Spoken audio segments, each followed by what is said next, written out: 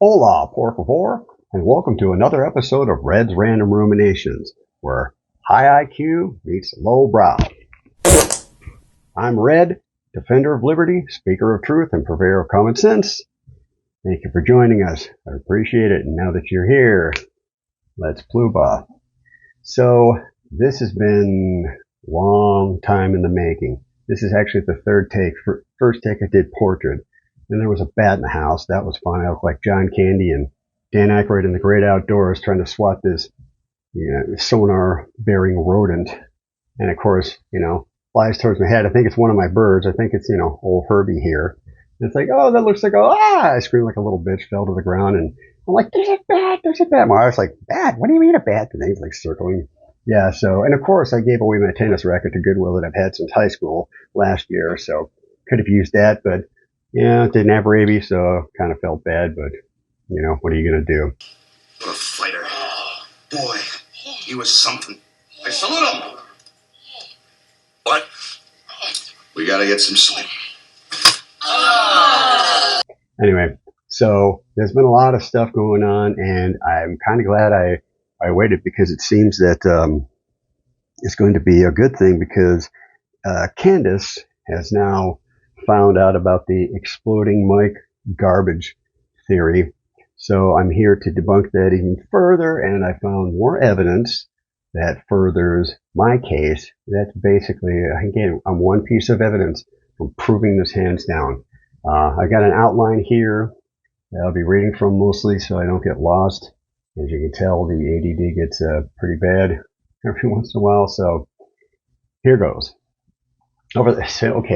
It says over the last 8 months, it's actually now 9, like to the day, and I actually think it's, past that, but 9 months that there's been just a boatload of information, although what exactly is a boatload? Like how do you calculate that? What's the quantitative measurement of a boatload? But there's been a buttload of garbage out there on the alternative theories that have plagued this case from moving forward onto investigating the who, then the why.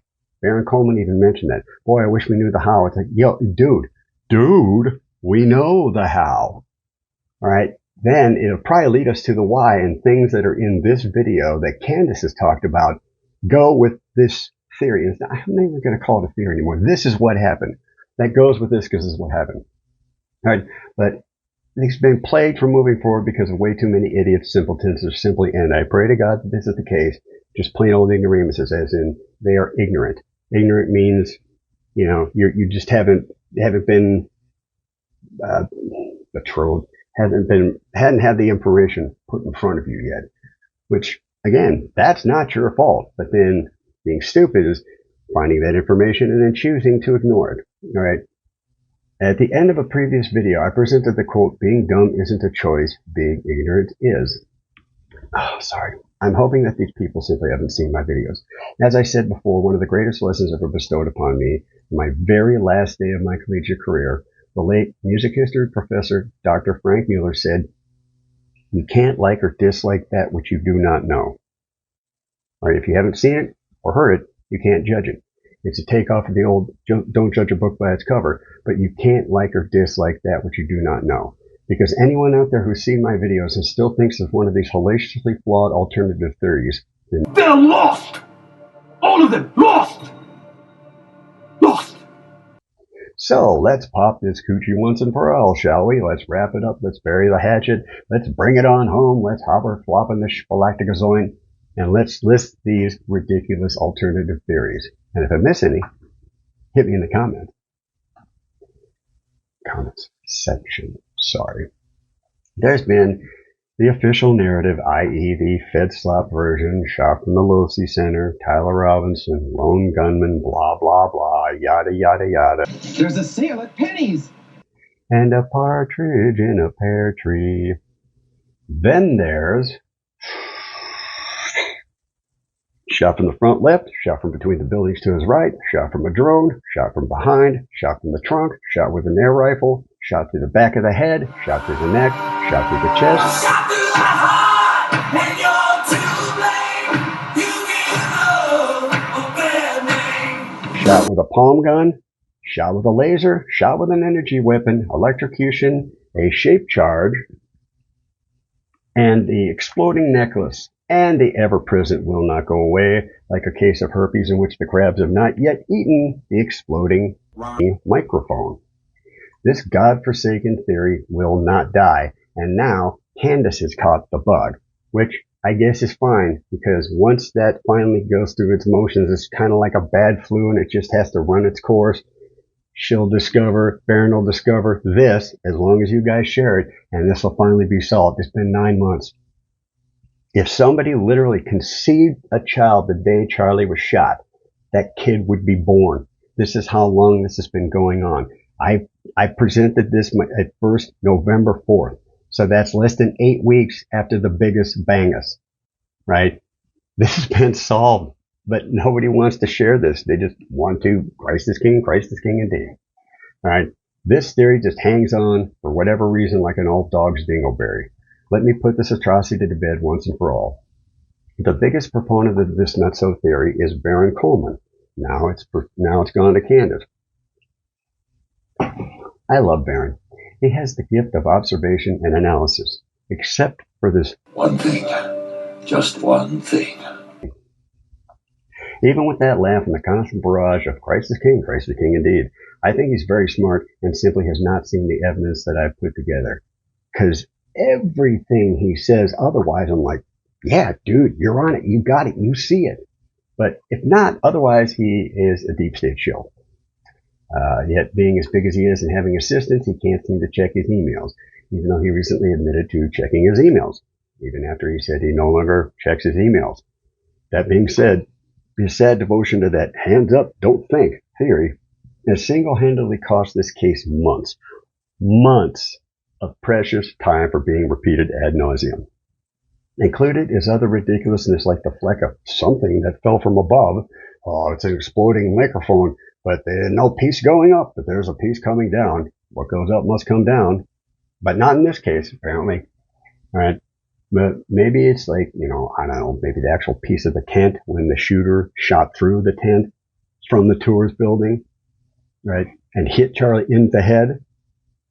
I'd show you, and this is where things have changed, and I didn't bother going back and editing this, but I would show you the supposed exploded pieces of the exploded microphone from the inside of the vehicle, but I tried to do a search for it, with a picture of the inside of the vehicle that transported Charlie to the hospital, and I can't find a single picture. Perhaps it is the Google Heil that is shadowdancing me, the information like the now weekly reports for the Google Trends instead of the old daily reports for the Google Trends. Because why not pay high salaried employees to patch update an algorithm in order to whitewash it into uselessness? Google Trends was written to provide real-time trending information to inquisitive minds. Think about this. It is more important to keep you from finding information not yet found than it is for them to beat their competition at the what's trending market. They're sacrificing the literal golden goose of data mining in order to prevent you from finding that which has not yet been found. Yet, we don't know what you may uncover, but we'll lose money to make sure that you don't, you dirty conspiracy theorist. Who are you? Alright, I'm sure the photos of the vehicle, inside the vehicle, exist out there. I've seen them, I just didn't save them because I didn't think I'd ever have a use for it because of its bunk status. But now, with Candace's new video, she showed those flecks. So now you can go to Candace's video and see those flecks. I put them up here for you, but like I said, this is like 6 weeks late. And thankfully, because of all the stuff that's come in the last 2 days, this is actually better that I'm going to be able to do this now. All right, but let's start with this aspect of it. Supposedly, the exploding microphone theory gained credence from this photo because, well, what could all those black flecks possibly be? Forget about the fact what supposedly was visible on the ground around Charlie, and then also in the vehicle. Well, he had a microphone on, so if it exploded, it would leave residue and pieces of the explosives containment housing. The only problem, aside from there being no video evidence of an exploding mic when it comes to how explosives behave, is that there are far more black flecks on the floor of the vehicle than there was plastic in the microphone. Also, how the hell would a buttload, again, unknown amount of quantification of said definition aside, get into the vehicle in the first place? No one has asked, much less answered that. All right, think about that. Sorry, I did a nasal irrigation to clear everything out, so hopefully I don't start boogering all over the place. And if I do, well, you're going to have to suffer with it. That's the beauty of editing. So, if we're analyzing this correctly, follow me on this. There'll be a quiz later. An explosion, which destroys the containment housing and gets blown far and wide from its epicenter, not only doesn't leave residue, chars, burns, rips, tears, blood, and damage to flesh or any flesh or tissue, the supposed exploded pieces of said microphone somehow miraculously stays with Charlie somewhere on his person, inside his shirt, or on the security team members somehow, even though none of the aforementioned list has anything visible in any of the multiple videos recorded that day. Somehow all those pieces of the exploding microphone, plastic from the microphone,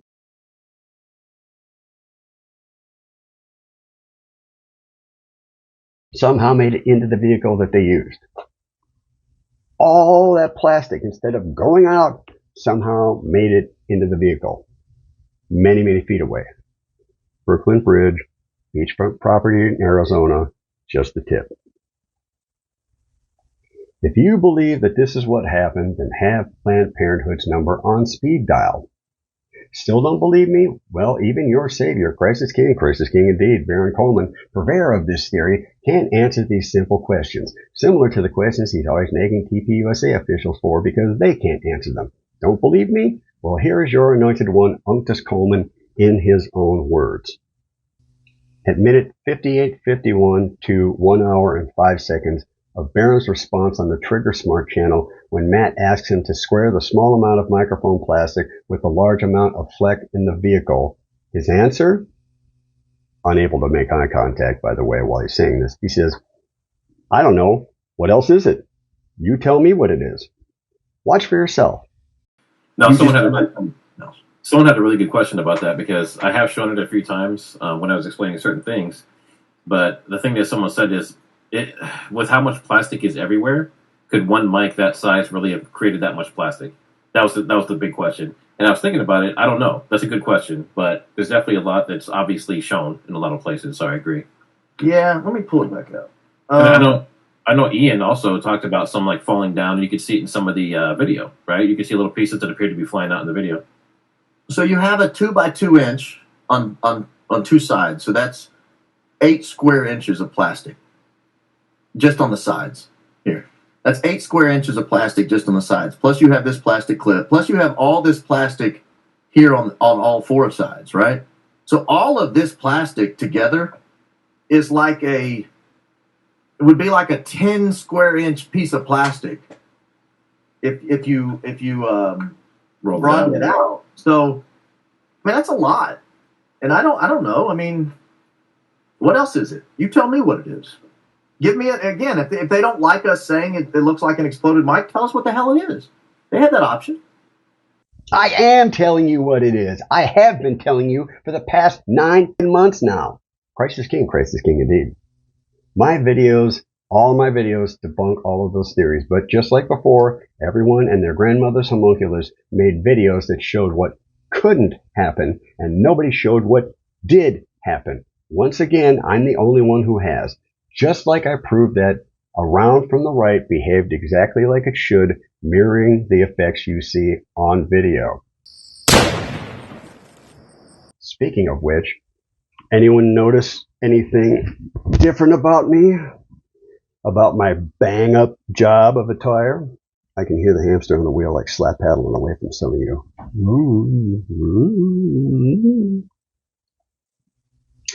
Alright, I know what you're thinking. Look at you. There's something different. Don't tell me. I got it. It's your hairdo, right? You've been using the dinglehopper, right? No, huh? Well, let me see. New seashells? No new seashells. This is a plain white tee. Alright. Good band, by the way. I had no idea who the hell they were. Saw them open for Jason Mraz. Probably the best live performance I'd ever seen on a band.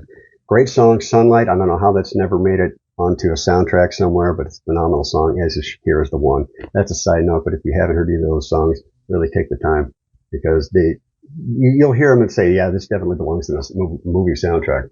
All right. Anyway, I don't want to be proclaimed to be holier than thou. All right. But this is a firework. Now I taped one here. And I know I keep doing this and messing up the sound, but I taped the firework here. But this is what it is. Now look at this hole. Look at this hole. Drop it a little bit and it could be one of those outfits from hedonism down in Jamaica. Not that I know. But see this little firecracker here. Okay. I said cracker. Don't tell him. All right. This here made this hole in my shirt. This itty bitty thing right here. All right. And I'll show you the video.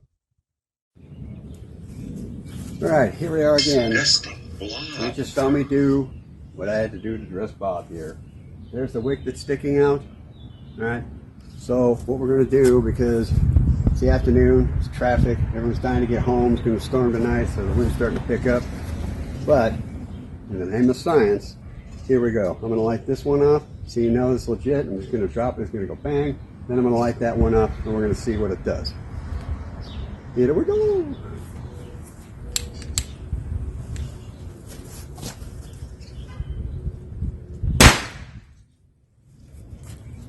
That's the demonstration one. Now for the real thing.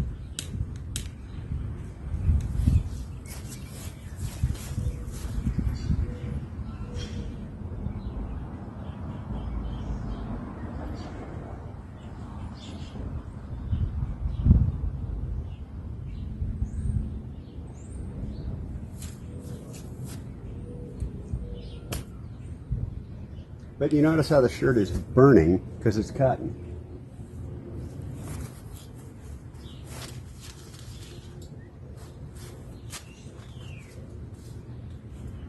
Well, we got lucky.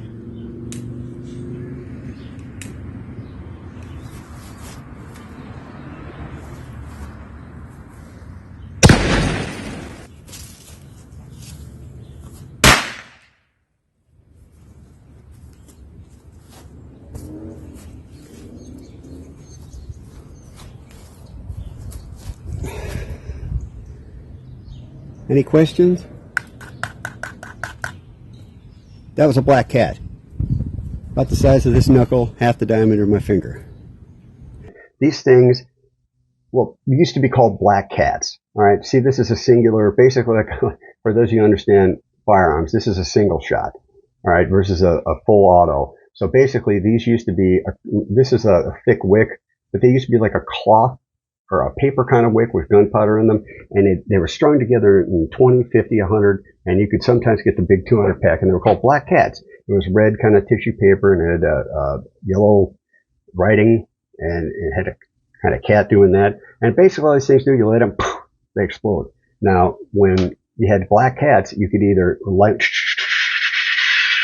and it would just, you know, go off until they burnt out, and if you threw them in a metal, the old metal garbage cans that, you know, again, you kids have no idea what I'm talking about, but they made a hell of a noise. But otherwise, you can kind of, you know, untie it and get them separately if you wanted to throw them separately, or you could light them all in a row. Right? So basically, that's all this is a black cat. You light this thing, makes a noise, and goes boom. So, where am I? All right, and they leave evidence. They leave burn marks, residue. Look at that. You got charring, you got the burn mark, you got the residue, you got all that. And this is from this itty bitty black cat, right? Now, I'm not suggesting this because I don't want, Random told me to do it. He told me to check the lighter.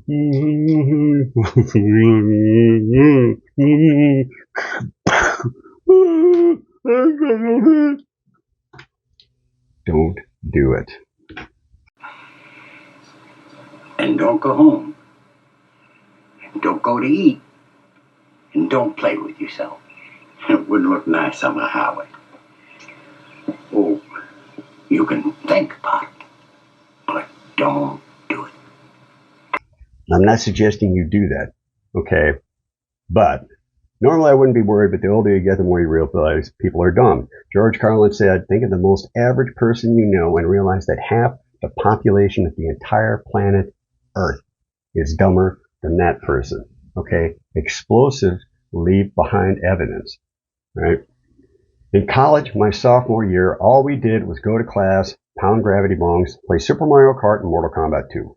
My college buddy, now a Bernie bro, once said, violence in music and video games, if violence in music and video games causes people to commit violence, then how come you don't see hordes of people joining the Rhythm Nation just because Janet Jackson said to do so?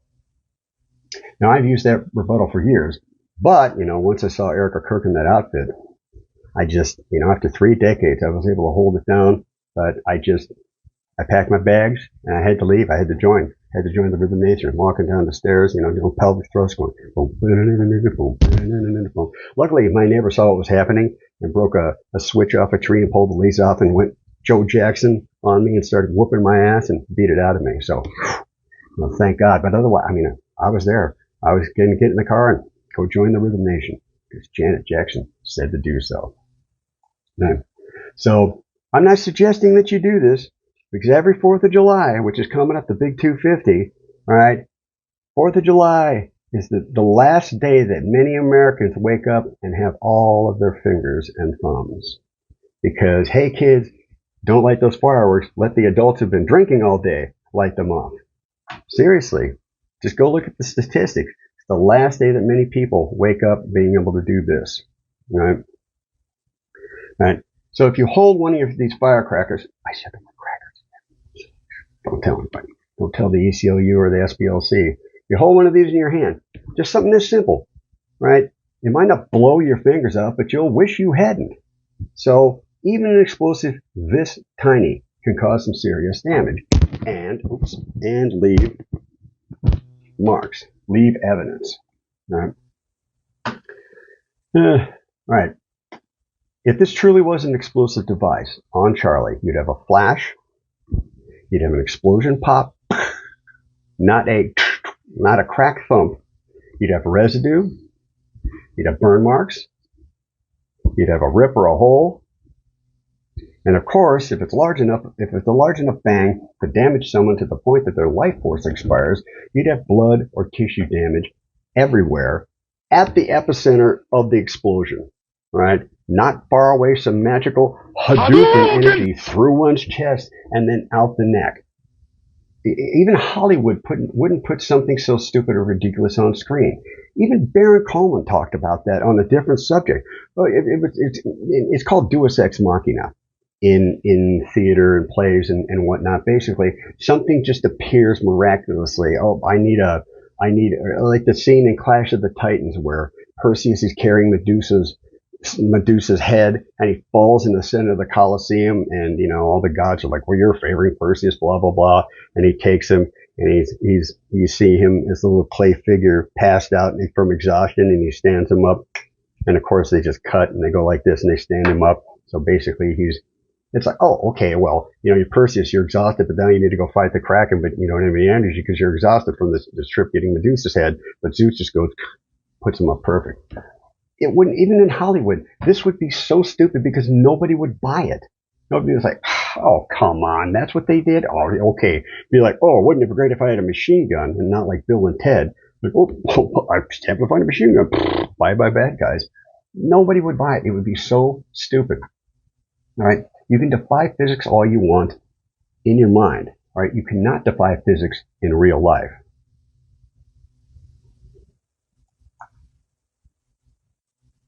Ayn Rand said you can ignore reality, but you cannot ignore the consequences of ignoring reality. So for the last time, it was not an exploding microphone. There was nothing on him. There was no explosion. There was no damage to the shirt. No, it was a shape charge. Okay, we'll get to that. In fact, we'll get to that right now. Shape charge. Let's talk about shape charges. All right. This is a mock-up of one that you'll see that I'll demonstrate here. Shape charges, you have the housing, okay, that houses the actual charge itself, the explosive. You've got the primer, all right, and the housing is usually a directional tube, all right, the primer ignition source to start it, all right, very similar to a car battery, right, and the explosive in here. Now, the explosive is the bullet. The bullet's actually a projectile, a solid piece that gets rocketed really fast. But the explosion itself, usually something that melts metal or just creates a lot of damage in a liquid or even a gas, but not a projectile. So the explosion in itself is the bullet. The explosive is the bullet. And the example I'm about to show you, it has vents, right? So you can see where everything's coming out. So this black is where the space is. So you can see the actual explosion coming down in milliseconds. It's like 1/1000th of a second. But it's illustrated with black marker to indicate empty space. You can see the charge. All right. Similar to a rocket, but the exact opposite goal. Analogized to a strainer and a colander. Both filter liquids from solids, or separate liquids from solids, but a strainer leaves the desired liquid, e.g. non-lumpy gravy, whereas the colander leaves the desired solid, pasta. Instead of the energy of the explosion pushing the housing away like a rocket, the charge stays put and the explosion ejection is used to do the damage. The video I'm about to show you is from Valhalla VFT, which I think he got from Ballistics High Speed, the channel Ballistics High Speed.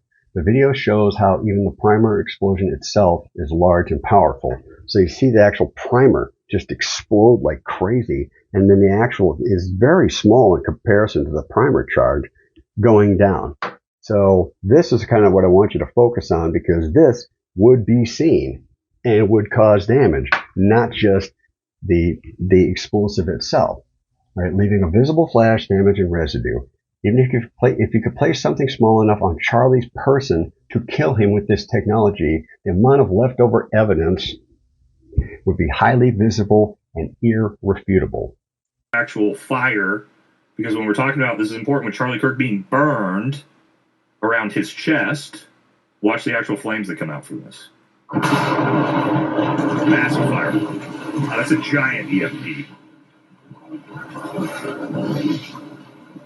We'll watch this as well. Whoop. It's 95 billionths of a second. And we stopped the lens way down, so this should be some delicious detail. What is that? Doesn't even look the same. What am I looking at right here? Whoa. What are those lines? What are we seeing?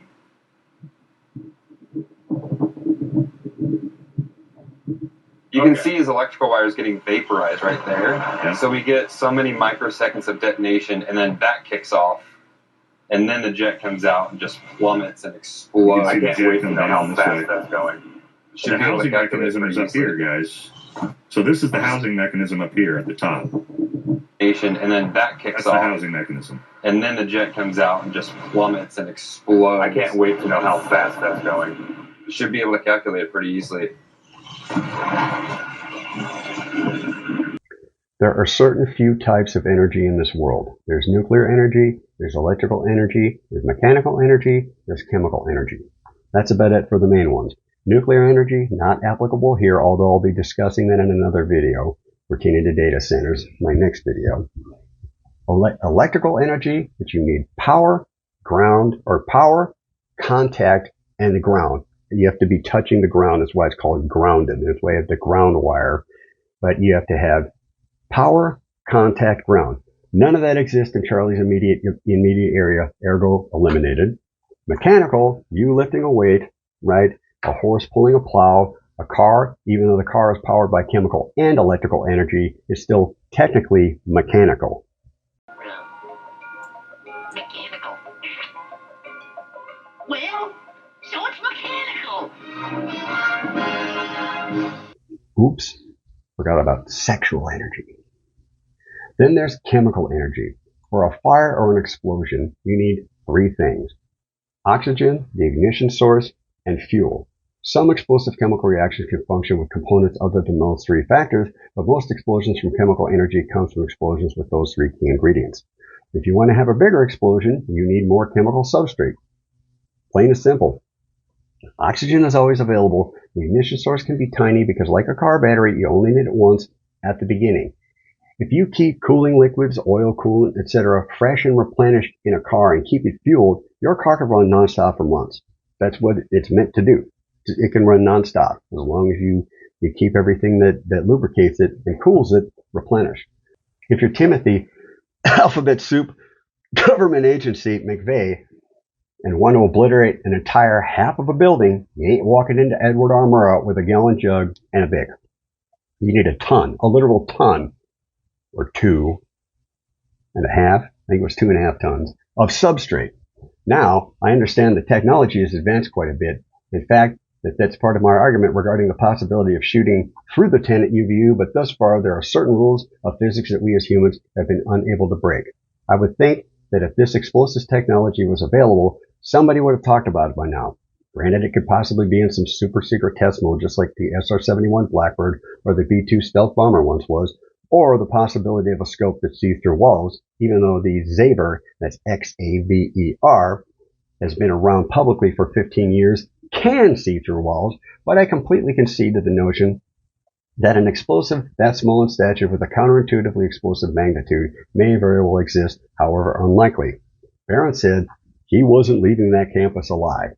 But let's face it, use logic. You know that book you're always holding up? Look through the lens of Occam's razor. The simplest answer tends to be the correct one. The simplest answer with the least amount of assumptions or variables. If you're going to take somebody out, just one person, you're not going to rely on an explosive. And this goes to Candace too. All right, hear what I'm telling you. It's counterintuitive. It's like swatting a fly with a sledgehammer or going Caddyshack Carl Spackler on a mole hole.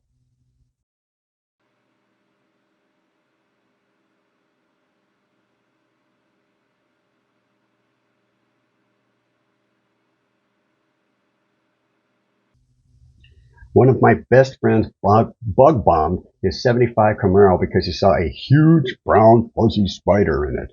One bomb in the front, the main part of the car, one bomb in the trunk. For a spider. No joke. He really did this. Needless to say, he was afraid of spiders, but still, overkill. A bomb for multiple people? Yes, that's literally one of the only ways multiple people can be done, involuntarily, e.g. Jonestown.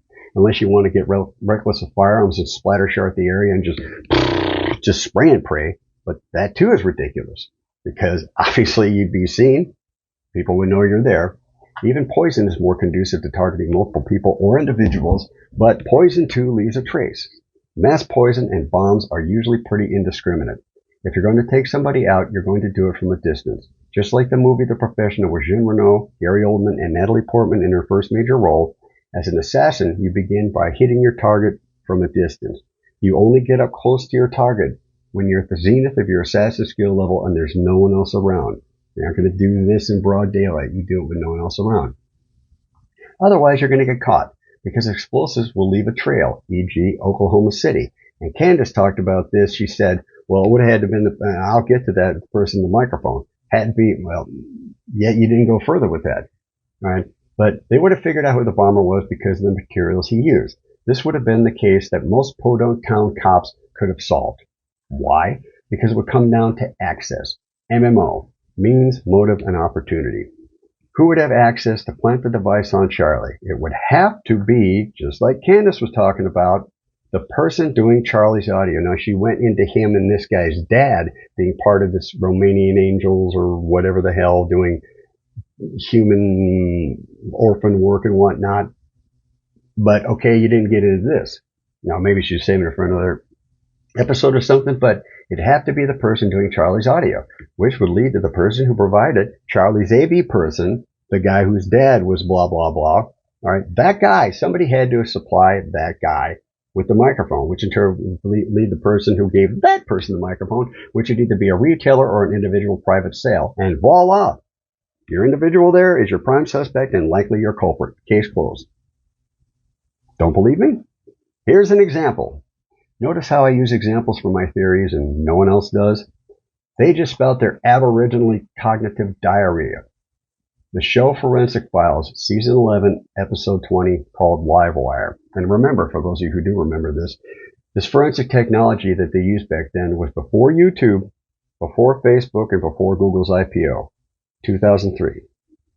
In 2003, William Jarvis of Jacksonville, Florida, blew up his wife. Gee, I'm real sorry your mom blew up, Ricky. He blew up his wife with a Christmas present bomb left on the porch. The investigators checked out the local Walmart 3 months afterwards, mind you, back when SKUs were a fairly new thing as described in the episode. like it was describing the touchscreen on your smartphone now. Well, of course, everyone has touch phones now, but when that matter of fact, that's why I bought the Galaxy S2. I had just a regular BlackBerry or whatever, and I saw that where you touched it and the water ripples came out with the leaves floating. I'm like, oh my God, I gotta get this phone. But just like back then, SKUs were new. You just basically had it written on a sheet. It didn't have an actual number. You go to Menards, they say, what's the SKU? It's 7 digits. Prefix 243 is whatever, hammers. And yeah, but even SKUs were new back then, yet they still managed to figure this out forensically. Right? They found that Jarvis had bought model rocket igniters, condoms, and an angelic-themed Christmas wrapping paper. Now, I think the funny part about that is that people who are old enough to remember everything I just cited are actually more amazed at the fact that they're saying to themselves, wow, yeah, you could buy model rocket igniters back at Walmart back then, right? Another world, another time, in the age of wonder. The ATF used X-ray fluorescence spectroscopy to test the metal igniter in the wires of the rocket igniter brand that Jarvis bought against the igniter wires recovered from the bomb site. Keep in mind that these wires are about the size of a sewing needle and as thin as floss. Yet they recovered that itty-bitty piece of metal wire from the bomb site. They didn't raise the house or pave over it within a few days after the bombing. Wonder why they didn't do that. Things that make you go, Instead, it took them months to sift through all that debris, and they found the ignition wire. The SKU numbers revealed Jarvis bought a package of Estes brand model rocket igniters. ATF forensic chemist Rob Reed used X-ray fluorescence spectroscopy to compare the Estes wires from their rocket igniter to the wire recovered from the bomb site. X-ray beams identified the chemical elements of the wires. The Estes model rocket igniters have a particular alloy that's used for the bridge wire and the leg wires. It's also very unique. But this is proprietary information that Estes doesn't share with anyone. They shared it with us for our own reasons in trying to help solve crimes. The wire in the bomb debris have the same metal alloys as the Estes brand igniters. The bomb was so strong that it blew a hole in the roof of the house and lethally threw the victim across the room. The igniter company used a very specific alloy to effectively ignite the chemicals in the rocket. It's a proprietary alloy, but they shared it with the ATF, who compared the two wires with X-ray fluorescence spectroscopy, and lo and behold, it matched.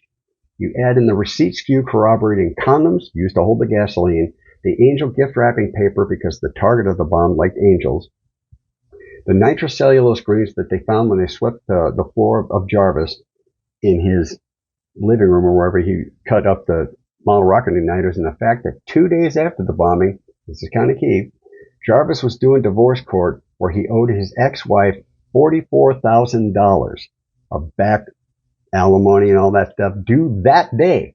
2 days from that day. No payment plan, cashier's check. No payment plan allowed. And bam, you fat man are now the tastiest booty bank for burglar turds incarcerated in Florida State Ass Bang Prison. Similar to how Candace said in episode 342 that Charlie and Erica were due to sign an updated end-of-life document the Monday after the biggest bangus. More things that make you go, remarkable timing, wouldn't you say? If this exploding mic really is what happened to Charlie, then this non-existent residue, by definition, then this non-existent residue would, by definition, show up like, I don't know, residue? Especially if it was some James Bond ultra-toxic chemical explosive from a now disintegrated chemical factory in Tennessee, which no one who handled this toxic chemical in Utah succumbed to anti-maladies, of course, would likely be found to contain a chemical trace of said rare toxic explosive that pretty much guarantees high-level clearance to obtain. If it really was that toxic and that powerful and that, like, Die Hard with a Vengeance, where they got that epoxy stuff and the guy takes it on a paper clip and tosses it and boom, and it literally a chair goes flying. If you've got something that powerful, you need credentials in order to access it, to acquire it. All right? So that's either going to be the clearance that you need to get this would either be military, corporate, as in mining or building demolition, for example, or academic, for testing, right? That's going to, one, throw up a huge red flag that this assassination was a high-level operation, and two, that the minuscule number of people with access to these components are now going to be easily identified, and they'll start singing like the fat bitch in order to avoid federal ass-bang prison, because explosives is ATF, and ATF is federal. Broomstick up the stink tube. People, ladies, gentlemen, true believers, Baron, and now Candace. Nobody's going to use a bomb to kill one specific target, especially in public. Shooting, on the other hand, eliminates collateral damage, which at first I thought, well, now they're going to bring up the whole comparatory or whatever that guy's name, Corey comparatory. But now, with the thing that Candace and Baron said, maybe it wasn't collateral, but still, shooting generally eliminates collateral damage if it's a snipe shot, because somebody's going to hit their target and that's it. They're not going to take anyone else out unless the other people are targets as well. Collateral damage sparks public sentiment to prompt authorities to solve the case and to actually answer questions that thus far with a shooting they can dance around. A shooting gives them a patsy that everyone can see on video. And it gives them the state a shiny object, just like the trunk glove box story, which I'll tell you in a minute, for the public to focus on, and a bombing where countless cameras are filming, none of which captured an explosion, by the way. Just saying, no camera caught an explosion that day. But the cameras that are filming are most definitely going to trace back to the real masterminds, just like the Jarvis case. Evidence doesn't lie. And the masterminds behind this, the masses, they ain't having that. And there's something else that'll make you go, As far as I know, no one's brought this up before. But if this truly was an exploding microphone, then why did the first podcast about an exploding microphone theory come out way after the incident happened? If my memory serves, the first videos were released circa early October, weeks after the biggest bangers. And I say it like that just in case Baron went and copyrighted the public domain title Astrophysics event. But I'm pretty sold on that time frame because of the clip I just used from Valhalla VFT. And I will be using another one of his videos of the exploding mic theory to further illustrate the cavitation collapse aesthetic of Charlie's chest. But Valhalla's video was in response to this new theory that began circulating around that time. Here's how the sleuthing system works. Because remember, this isn't my first rodeo. Very similar to what used to transpire back in the aughts on ymntd.com. You're the man now, dog.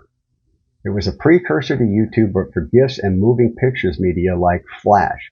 People would create these bit sketches that, last a few seconds and upload them to this website. Visitors would click on the title and be exposed to witty masterpieces such as Seagull Sing-Along.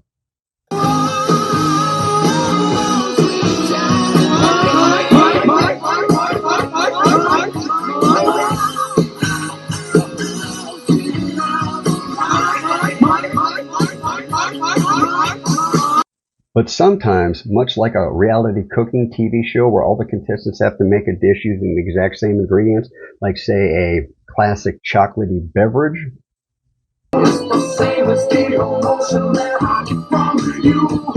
someone would make one of these viral videos that was currently making the social media rounds, and half the community of site regulars would create their own unique version of said viral pass-around. For example, Bob Rub's Whistle Tips.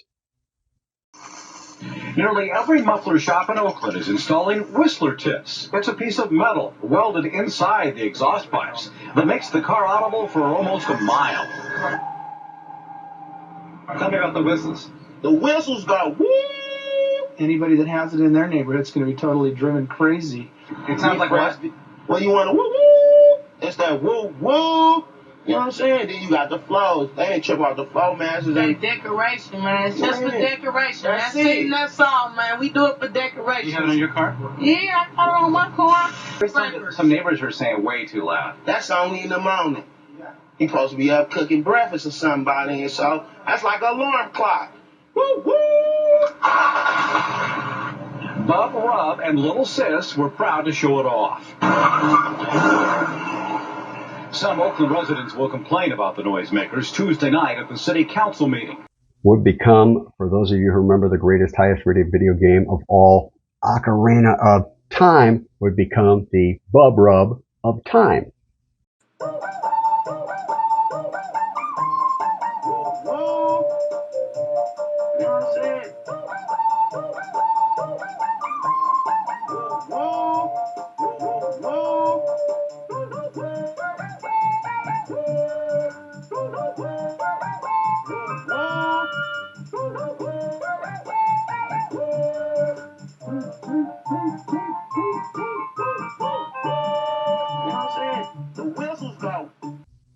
All of those were my brother's works. So that Seagull one, it wasn't retuned or auto-tuned or anything. That Mine, My Mind just happened to be in the same key as Sweet Child of Mine, which it's in D flat, which is drop D if you play guitar, but still D flat is a very, very strange key, and it's just really strange that would match up. But yeah, that actually, he just put that together and was like, wow, this fits. And he also majored in music too. So, but yeah, it's an ultra uncommon key. But anyway, there's a little posterity there, and that's why I'm aware of what's happened. What's happened on this case, because the best predictor of future behavior is past behavior. You're the Man Now Dog is, I believe you hit my Hitler.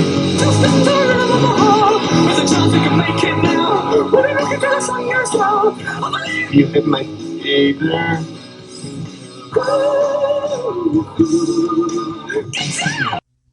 It's quite a time capsule of pop culture during those early years of the internet. So content creators would latch onto a popular bet, and all the regulars would have a contest on which creator made the best parody. The deciding parameter being how many views it got. No money, just friendly competition, like Lennon and McCartney. It was a different world back then. It was the best of times. It was the end of an era. Before the dark times. Before the empire.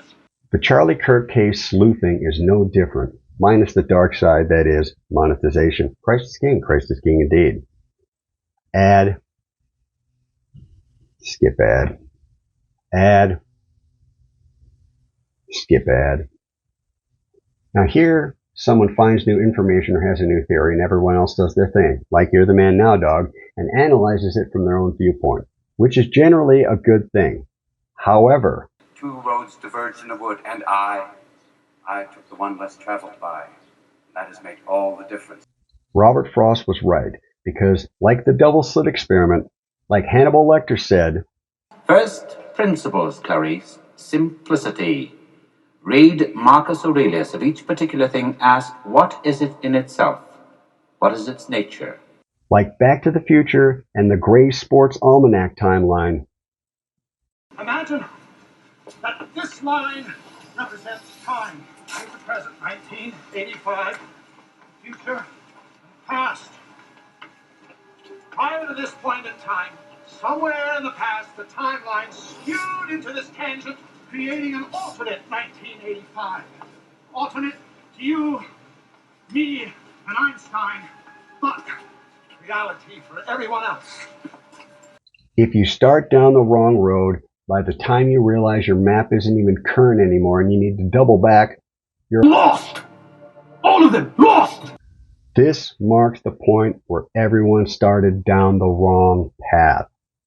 Because prior to that, what everyone was doing in those first 3 weeks was hypothesizing alternative shot trajectories and testing out 30-06 rounds in various scenarios. They were so focused on disproving the official narrative that they forgot to go back and look at what they could prove.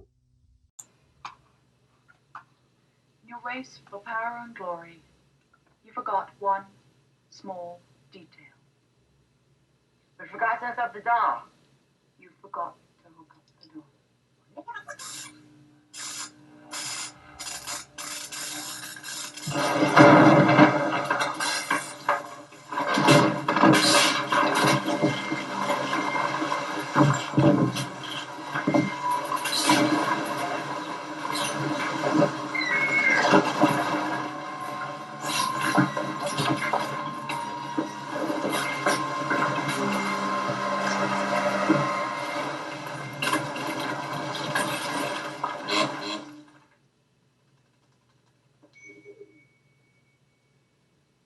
I just love the dove on the ICBM.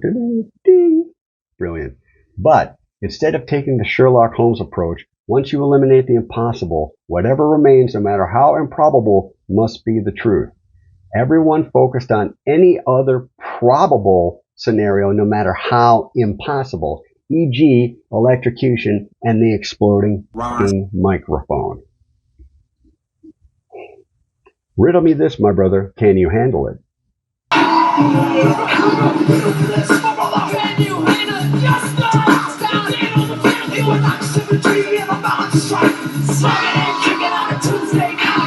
If this truly was an exploding microphone, then why did everybody and their grandmother's homunculus decide to test multiple shooting variables first if they truly believed it was an exploding microphone? You know what? I really think it's an exploding microphone, but I'm going to test all these other shooting things first because, you know, it sounded like a shot, but no, it was really an exploding microphone. How come nobody thought, nobody thought right off the bat, this is an exploding microphone? You know what that tells me? First principles, Clarice. It's not an exploding microphone. The only reason the exploding microphone came out was because all the other shots were eliminated, supposedly, so, well, it can't be that, it's gotta be something else. No, we gotta go back. First principles, Clarice. Simplicity. Forensic evidence doesn't lie. You know what else has a pretty stellar record, if we're being honest with ourselves? Human nature. You're the Man Now, Dog was today's sleuthing. Y'all followed what the group was doing instead of going back to the starting line and taking another look at the road before it diverged. But that's why I'm here. Most people won't catch what's blatantly thrown in front of their eyes. If the storyteller is good enough, they'll be able to surprise you with anything. Take the ending scene in Titanic, for example.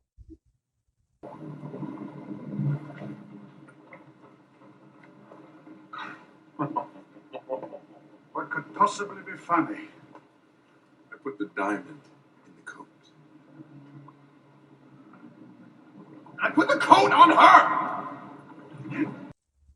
He told you! It was right there in front of everybody's face. It was the biggest movie of all time. My favorite movie of all time. Well, aside from Star Wars, I mean, that's kind of the given. This is like the RSTLNE of movies. Like, well, okay, who's the best band ever? Aside from the Beatles. Who's the best drummer ever? Aside from Neil Peart. Who's the best bassist ever? Aside from Les Claypool. You know, it's just, this is the RSTLNE. Okay. But it's my favorite movie. I saw it in the theaters 4 times. Hell, one time even got me laid. Now, granted, I wound up locking my keys in my car while it was running. I got to the movie theater, I jumped out of my car, instinctively locked the door, went to talk to her, blah, blah, blah, blah, okay, and then we'll do this, and then we'll do this, and blah, blah, blah. And then I realized my car was running. So that pretty much I thought it was going to ixnay the night, but, you know, it paid off. So I had to go into the theater, or the cinema, sorry, to use their phone because there were no cell phones back then. It was Christmas time because it came out during Christmas. So my brother and I were both in college. So I had to call him and go, hey, I need you to bring Mom's spare key for a car. So my brother had to drive all the way to the movie theater in order for me to unlock my running car. We still made it in time for the movie. But yeah, I like the scene of Fast Times at Ridgemont High where he brings Rat the wallet. But yeah, like I said, you know, it all worked out in her end. The end.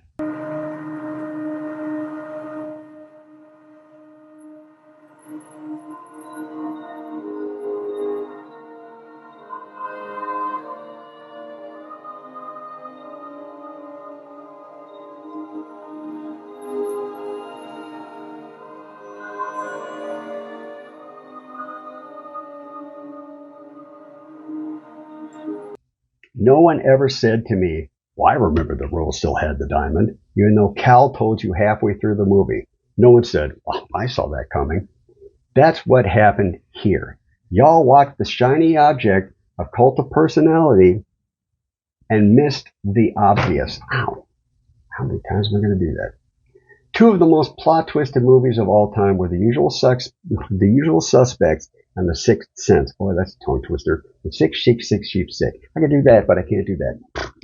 I've had multiple people tell me that they figured out the endings of both of those movies. Matter of fact, my wife figured out, I knew who it was at the usual suspects. I didn't know them, so I can't say which. So I have to believe her. I have to take her at face value. But she said she figured it out. All right. But not that part in Titanic. Even though the movie itself told you what happened. That's what you all did regarding this theory. Even though it's not a theory anymore because I've basically proven what it is and what happened. Y'all saw Range Day Bros theory get debunked for the line of sight contingency and tossed it like salad on new inmate day. What happened to all of you is an iteration of bystander apathy.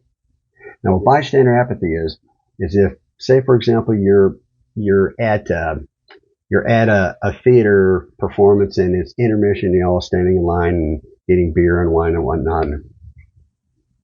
Does this not hundreds of people milling about and going to the bathroom, whatever, and some old guy clutches his chest and falls over. A bunch of people see this. You hear the thud, whatever. Some of the glass breaks or whatever. Women gasp and they start screaming. I don't know why women feel the need to do that, but everyone goes, oh my God, there's a guy. He's probably having a heart attack. He's probably dying. But everyone looks around like, is there somebody going to do something? And unless there's a doctor there or an EMT or something, most people just freeze. So, and the more people that are there, if you got 3 versus a dozen versus 3 dozen versus 300, the more people that are there, the more the person that's viewing thinks, well, someone else, one of these people is going to do something. They're going to call 911, or they're going to know CPR, or they're going to know what to do, or they're going to know, identify this, and get this guy out of here. No. Everyone else thinks that someone else is going to do it. And therein lies the problem. This is the exact same scenario. All right? Dances with Wolves. There's that scene in Dances with Wolves. She's hurt.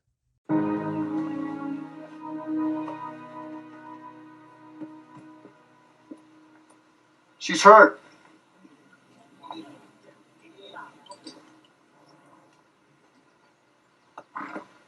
She's hurt. I mean, they all look around. Look around, huh? And it's not like, white guy. Yeah, go get Big Chief Hung Like Horse. Big Chief Hung Like Horse has talked with the white man. He knows. No one has seen a white man, yet everyone looks around like, does anyone know what he just said? Because that's human nature. It's got a name. It's like herd verification or something. You see deer do that. If you're hunting deer, one of us looks up, then the other one starts boom, boom, boom, boom, boom. It's the same thing. It's human nature, right? Y'all thought someone else would have seen it by now. Would have seen what I'm telling you, that he was shot from the right. In my other videos, you can watch that. Shot from the right, from the tourist building, right here. Went, landed, crushed the C2 to the C6, and landed right there. Right? Someone else would have found it if that was the case. Not to disparage these gentlemen, and I could be wrong because this is what resides in my memory banks, but this garbage happened because Ian Carroll and Gary Melton from Paramount Tactical, who's kind of been the thorn in the side of this whole investigation for reasons we'll discuss in a bit, but both said that they went to the UVU canvas and that line of sight shot was not possible from between the two buildings where Range Day Bro said that the shot came from. Nobody questioned them. Where the hell am I? Nobody questioned them. Nobody demanded pictures. Y'all just followed the crowd. Well, they said it, so I guess it can't possibly be.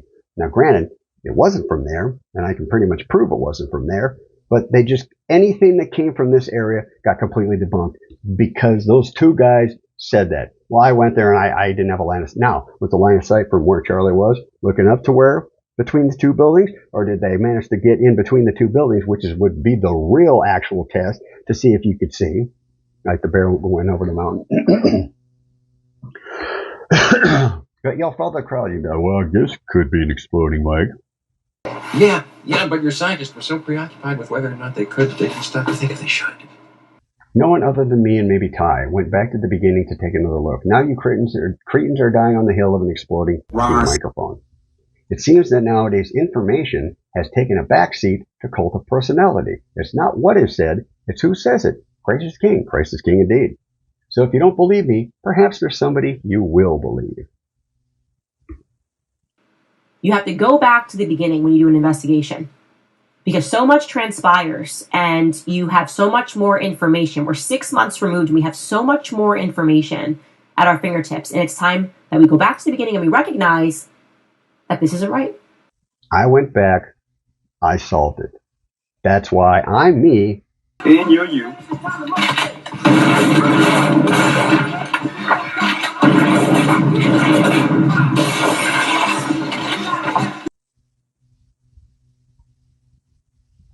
And now the trunk/glove box story and how it pertains to this case and why Tyler being visible and having been recorded on video is the pen to this case's teller. Oh, magic!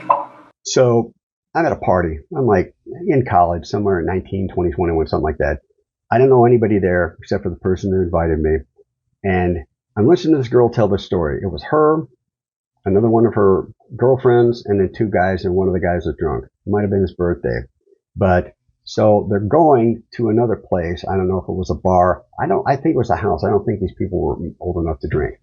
But they were smoking pot, but they didn't smoke in the car. But they got pulled over, I don't know, tail light, failed to merge, whatever. The cop says, fee, fi, fo, fum, I smell the odor of marijuana. And it's not like today where you've got Hampton law and civil law attorney, on YouTube telling, officer, I reserve my Fifth Amendment right to remain silent and I will not answer questions unless the lawyer is present. Officer, according to my Fourth Amendment right, I can't say it a million times. I do not allow searches and seizures of my car. Nobody said that. He said, well, can I search the car? They were like, yeah, okay. They're 19, 20 years old. So they'll stand back by the trunk. This thing is getting tangled. They're all standing back by the trunk. And the cop, opens the driver's side door and starts fiddling through it.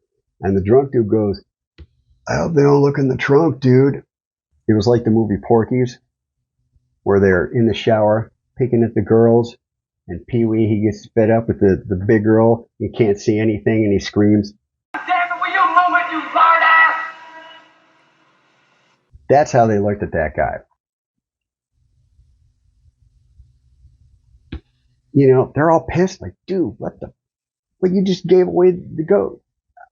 Cop hears that, pops the trunk, starts searching through. Yeah, 10-4, blah, blah, blah, blah. Goes back to the squad. 30 seconds or so pass by. Cop comes running back, throws the driver's license at the girl, and she tries to catch it, but it bounces off her because she wasn't ready for him to throw it. Bounces off her, and he goes, it's your lucky day. Get out of here.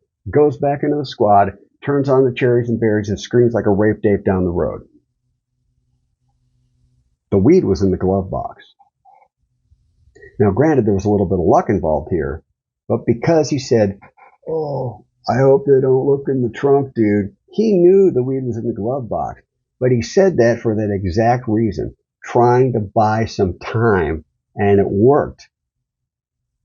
Keep that in mind when we're talking about this. And just like Brer Rabbit, I was born in the briar patch, He tricks the fox and whoever it was, oh, don't throw me in the briar patch. It's like, I was born in the briar patch, ha ha ha. Same thing. And that's a real life story. Okay. The little delay, accomplished a goal, the weeds in the glove compartment, drunk guy knew it. All right, that smidge of time difference made all the difference. Point is, the shooter had others creating enough distractions for him to do the job.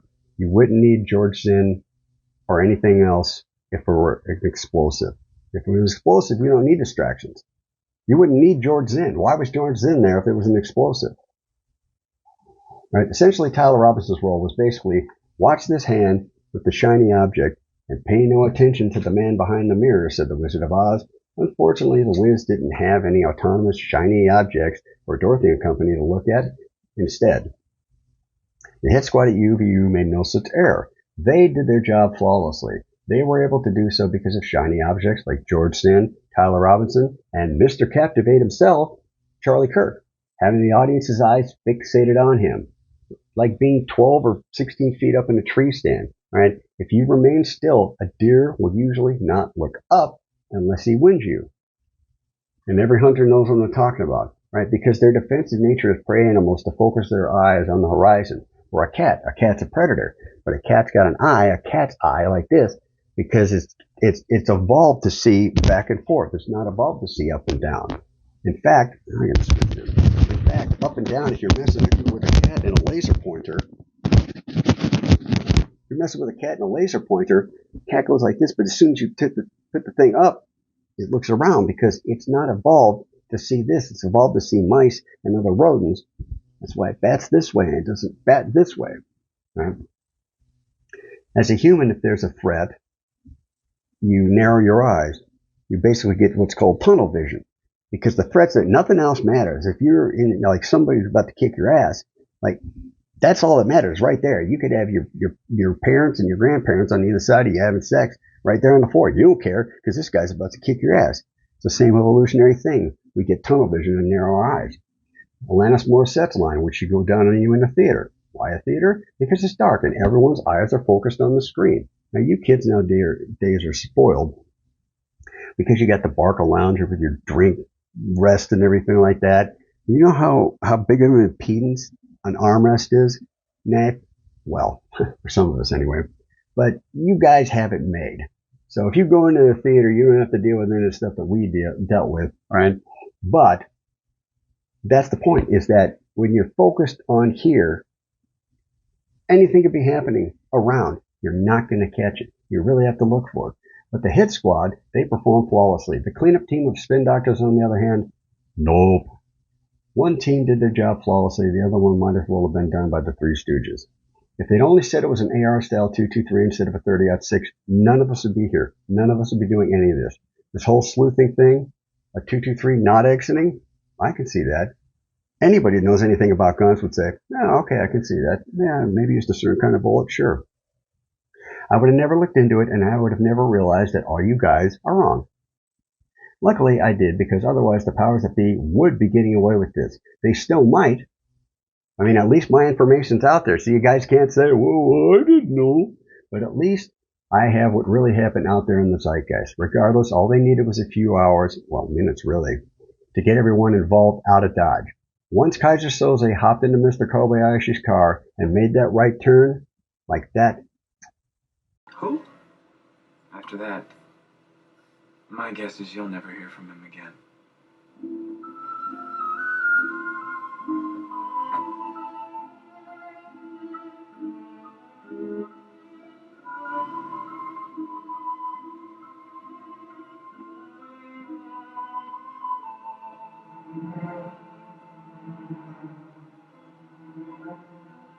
The greatest trick the devil ever pulled was convincing the world he didn't exist. And like that, he's gone. The only way the masses succeed is if you all keep your eyes either closed or on the shiny object. Well, I'm total, bitch. I'm total, bitch. So either you want to stay, I'm pulling back the curtain. So you can stay in Oz, all right, stomach your prostate, and do nothing to further this case. I'm going back to Kansas, right? I'm getting this out there. I'm solving this case. It's not an exploding microphone. Even after all this, if you still think that that's the case, then I think you need your balls reattached. It's not anything other than a shot the way I say it occurred. I have the video forensic evidence of the shot itself. I had the video of the silhouette taking the shot from the roof to Charlie's right, exactly where I say the evidence points to. I have Audio-Freq's independent forensic and audio analysis pointing me to the spot, or pointing to the spot where my analysis and the video evidence intersect. They all intersect. They all match up, and this is key.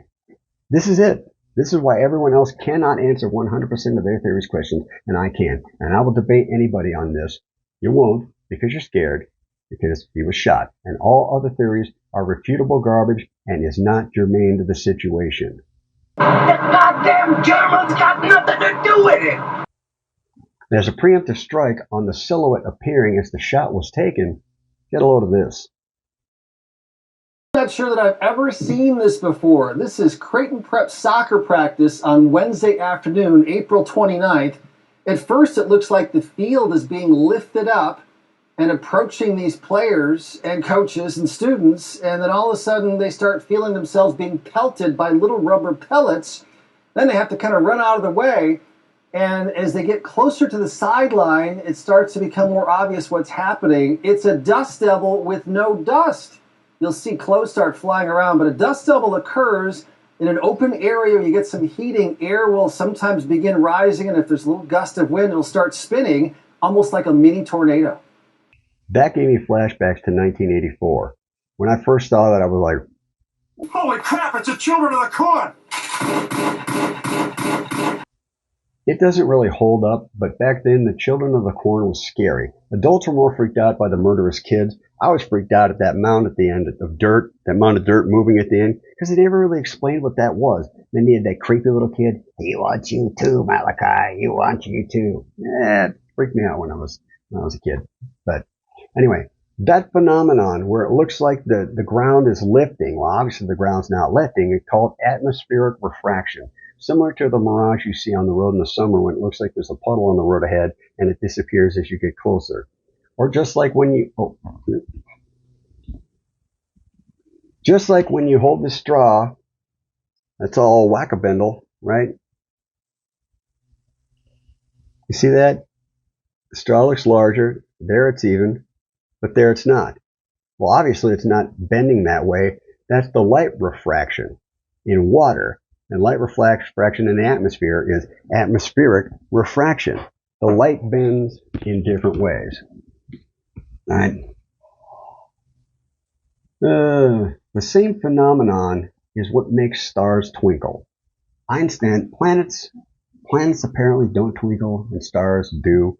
I haven't really tested that out, but somebody said that to me not too long ago. But yeah, you can test it out and tell me. All right, the same phenomenon is what makes stars twinkle. Einstein published his theory of general relativity in 1915 and was proven 4 years later in Sobral, Brazil by Sir Arthur Eddington during a solar eclipse. They looked at the stars around the edge of the sun. Now we got filters and camera lenses that can do this, but they had to wait for a solar eclipse. They look at the stars around the edge of the sun during its peak, and the eclipse, sure enough, the light got bent. The shock wave from a high-velocity bullet distorts the air between the shooter and the camera lens, thus momentarily making him visible. Yet another piece of evidence to add to my list. You see, unlike all other Charlie Kirk case sleuth claims, not only do I give you analogies, not only do I give you examples, I give you the science behind what I'm telling you. And if the progenitor of this science isn't good enough for you, then tell all your circle-jerkle sports ball buddies that the hog pole that you know more than Albert freaking Einstein. No, it's an exploding microphone. Why? It's an exploding microphone. Okay, well, there's no residue. It's an exploding microphone. I know it. I've seen it. Well, there's no explosion. I've seen it. It's an exploding microphone. Now, again, you can say that all you want. But when you get somebody who actually knows what the hell they're talking about, I wouldn't hire you for a job. I wouldn't waste my time talking to you. So, you want to keep on this? Fine and dandy. All right. Now,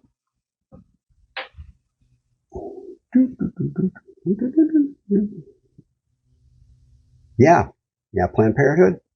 Yeah, me again. Yeah, another bastard. Yeah, she'll be there at 3. Okay, thanks. You want to be that? Go right ahead. I'm not going to be. So, you still think that this exploding microphone, no sympathy, you can go take a flying fucking rolling donut. I really don't care anymore. And now, even more evidence that my theory is correct, once again brought to you, or me, by a person who is trying to prove something other than my theory. I love it when other people argue my point for me like I'm Perry Mason. I have to be honest though, I can't knock Ty because he claims that I'm so close to what's happened, but he's really the one who's close. I figured it out. He's got everything except the shooter's location, and I'm going to show you why he's wrong and how this incorrect theory actually helped me prove my theory even further by giving me yet another piece of evidence that I couldn't find anywhere else online. Similar to how Candace actually showed the picture of the exploded pieces of the supposed microphone in the car.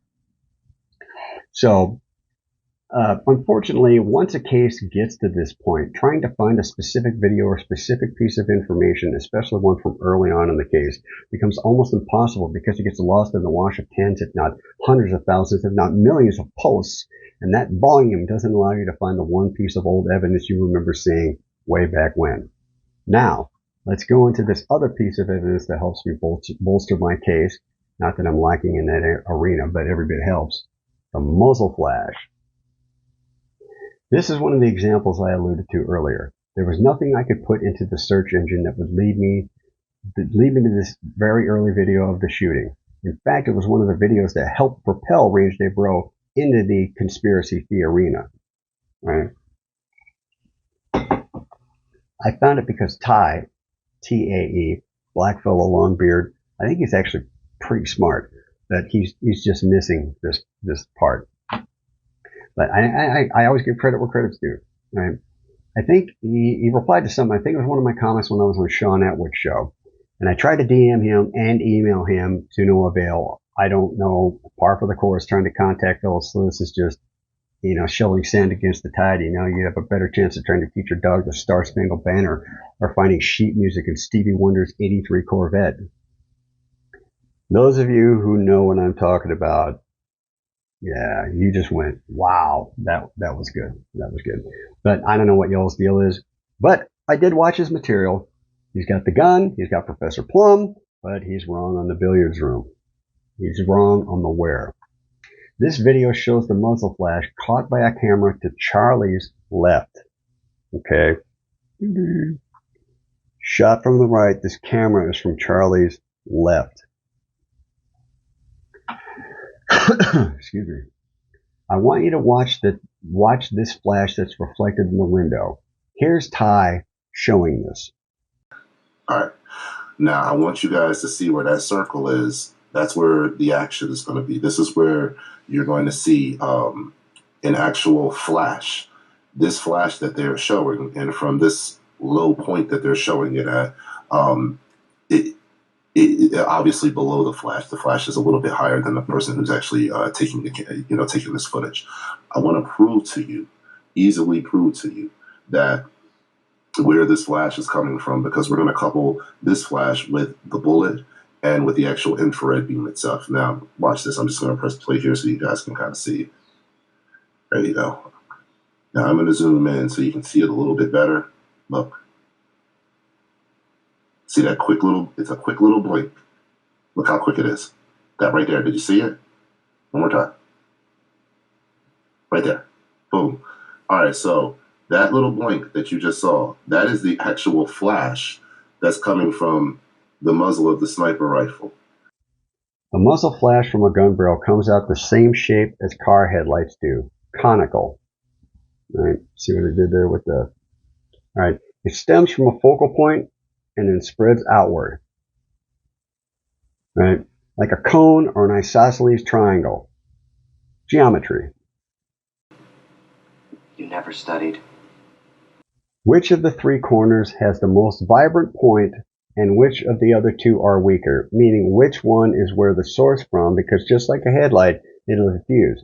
If you watch a headlight ad, it'll say, this is ours, and you can only see 90 feet. But this is the competitors. You say, this is ours, you can see 300 feet. It's the same thing. It's very powerful here, but it's in a cone and it diffuses. So there's two cones working with each other to cover all aspect, right? But just like a car headlight, the most intense part is the sword that dissipates the further out. A muzzle flash from a gun behaves in the exact same manner. Notice that the vibrant corner, and hopefully this translates, the vibrant corner is from the left. Means the shot's from here. When you see that, and this is more of an actual triangle, like an equilateral triangle, right? Hold it against there. But you can still see that the flash is this direction. Now, again, I'm going to try to freeze it, but if you just have to watch the film, which means that it came from up here. So that's another piece of evidence proving the shot came from here, because that muzzle flash just doesn't come out of nowhere. All right. If Charlie's sitting here and it's the back window, if this does say explode, it's not going to catch that muzzle flash there because he's blocking it. You're solid. You're not going to have light go through, so this exploding microphone is complete garbage. The source from the left, which happens to be where the shooter is in relation to the reflection of the camera. You also notice it's at a slight downward angle. Again, pretty much proving that it was a shot from that location. Both observations even further my case that the shooter is on the roof of the tourist building. Let's watch that again, shall we? Here is the muzzle flash. Look. See that quick little, it's a quick little blink. Look how quick it is. That right there, did you see it? One more time. Right there. Boom. Here we get to employ yet another one of those lessons from high school you were convinced you'd never use. Geometry. No studying. Anyone who has ever tried their hand at pool, billiards, call it if you will, knows that if you shoot a ball at the sides, right, the ball will bounce off at the exact angle that it was at when it made contact with the side of the pool table. A ball hitting at a 30-degree angle will bounce back or off at a 30-degree angle. A ball hitting at a 45-degree angle will bounce back off at a 45-degree angle. Ad nauseum, etc., so on and so forth. The same is true with light, mirrors, and reflections. Think of army movies. They use a mirror to see who's shooting at them, right? Because you can't hold a mirror flat and see around a corner. You have to actually have an angle, right? You actually have an angle. All right, if you're trying to use a survival mirror, let's see. S-O-S. It has to be at an angle. It can't be flat. It has to be at some sort of angle with the light source in order for it to bounce off and for you to be able to see it at a similar angle of deflection, just like a pool ball on the pool table. All right. Now, this is rudimentary stuff, right? This is Boy Scout grade school stuff. Okay, so this is a standalone inserted into this. I think you guys will realize that. So I got the screenshot or the screen recording here, the big feature here on the mouse. So you can see here that this is the view campus, is the plan view or the bird's eye view, depending on whether or not you're in the architecture business. And right there, it was the kiosk. Right here is Charlie's tent. Here's all the barricades. This here, with all the stone and brick and whatnot, is the waterfall. And this is the baseball diamond, right? So here's basically everything we need. So the Lois Center would be down this way, right? I think it's still this last building. Yeah, I don't think it's here. Anyway, so the main things we're going to be concerned with are right here by the tent, right around here. All right, we got right around here for the window. And right here is where Rainsay Bro and Ty both say the shot came from.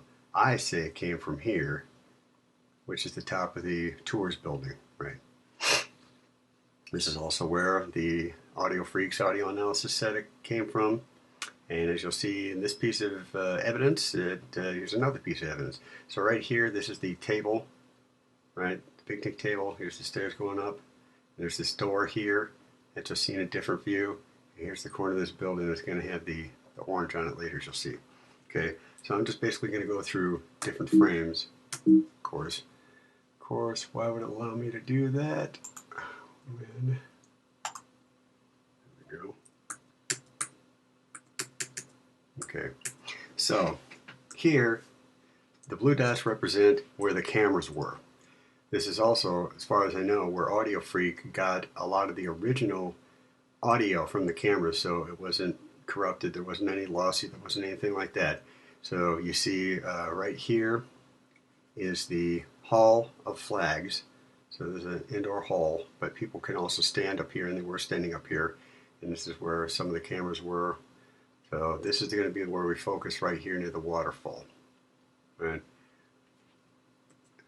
This green dot is the camera we're concerned with, because this green dot here is supposedly what the camera was that took the shot that recorded the muzzle flash. I take exception to this, as you'll see here soon. Here is the same, only clearer, right, where the arrow is. That's where this camera was. This is his hall of flags, even though that's really this. But this is pretty much where Charlie's tent was. He was kind of right here.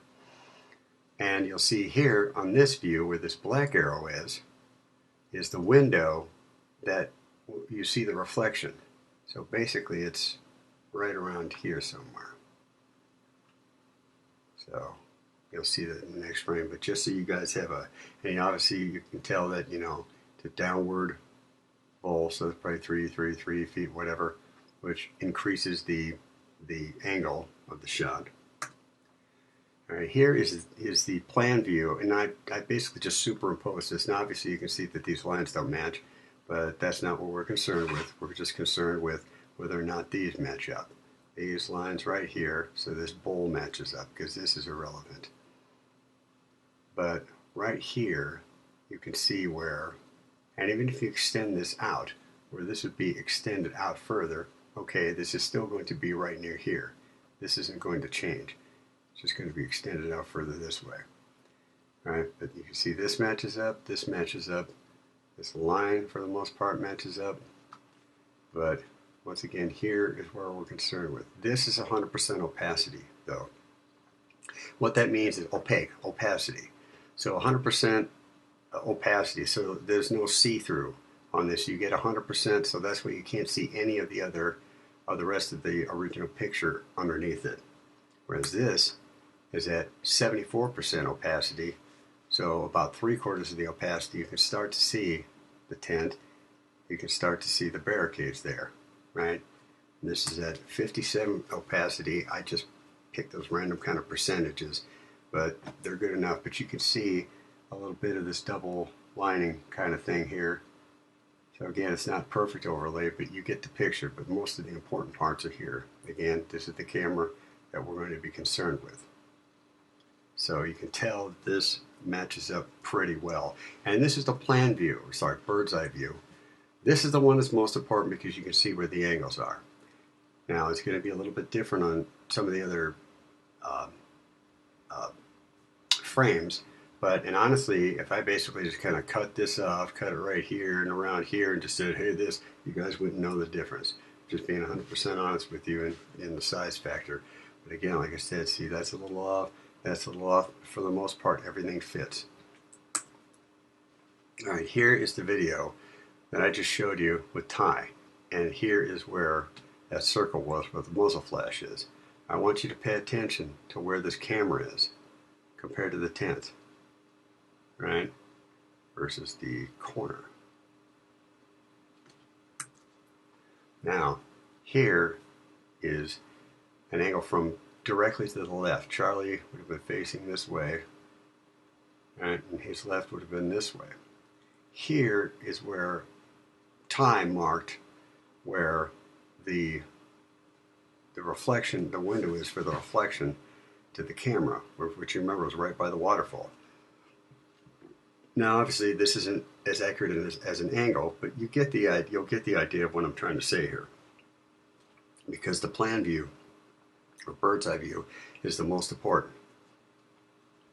So look here. We got this magenta line basically going out to the point of the tent. But yet, see it goes through the M there? This is where the camera's looking.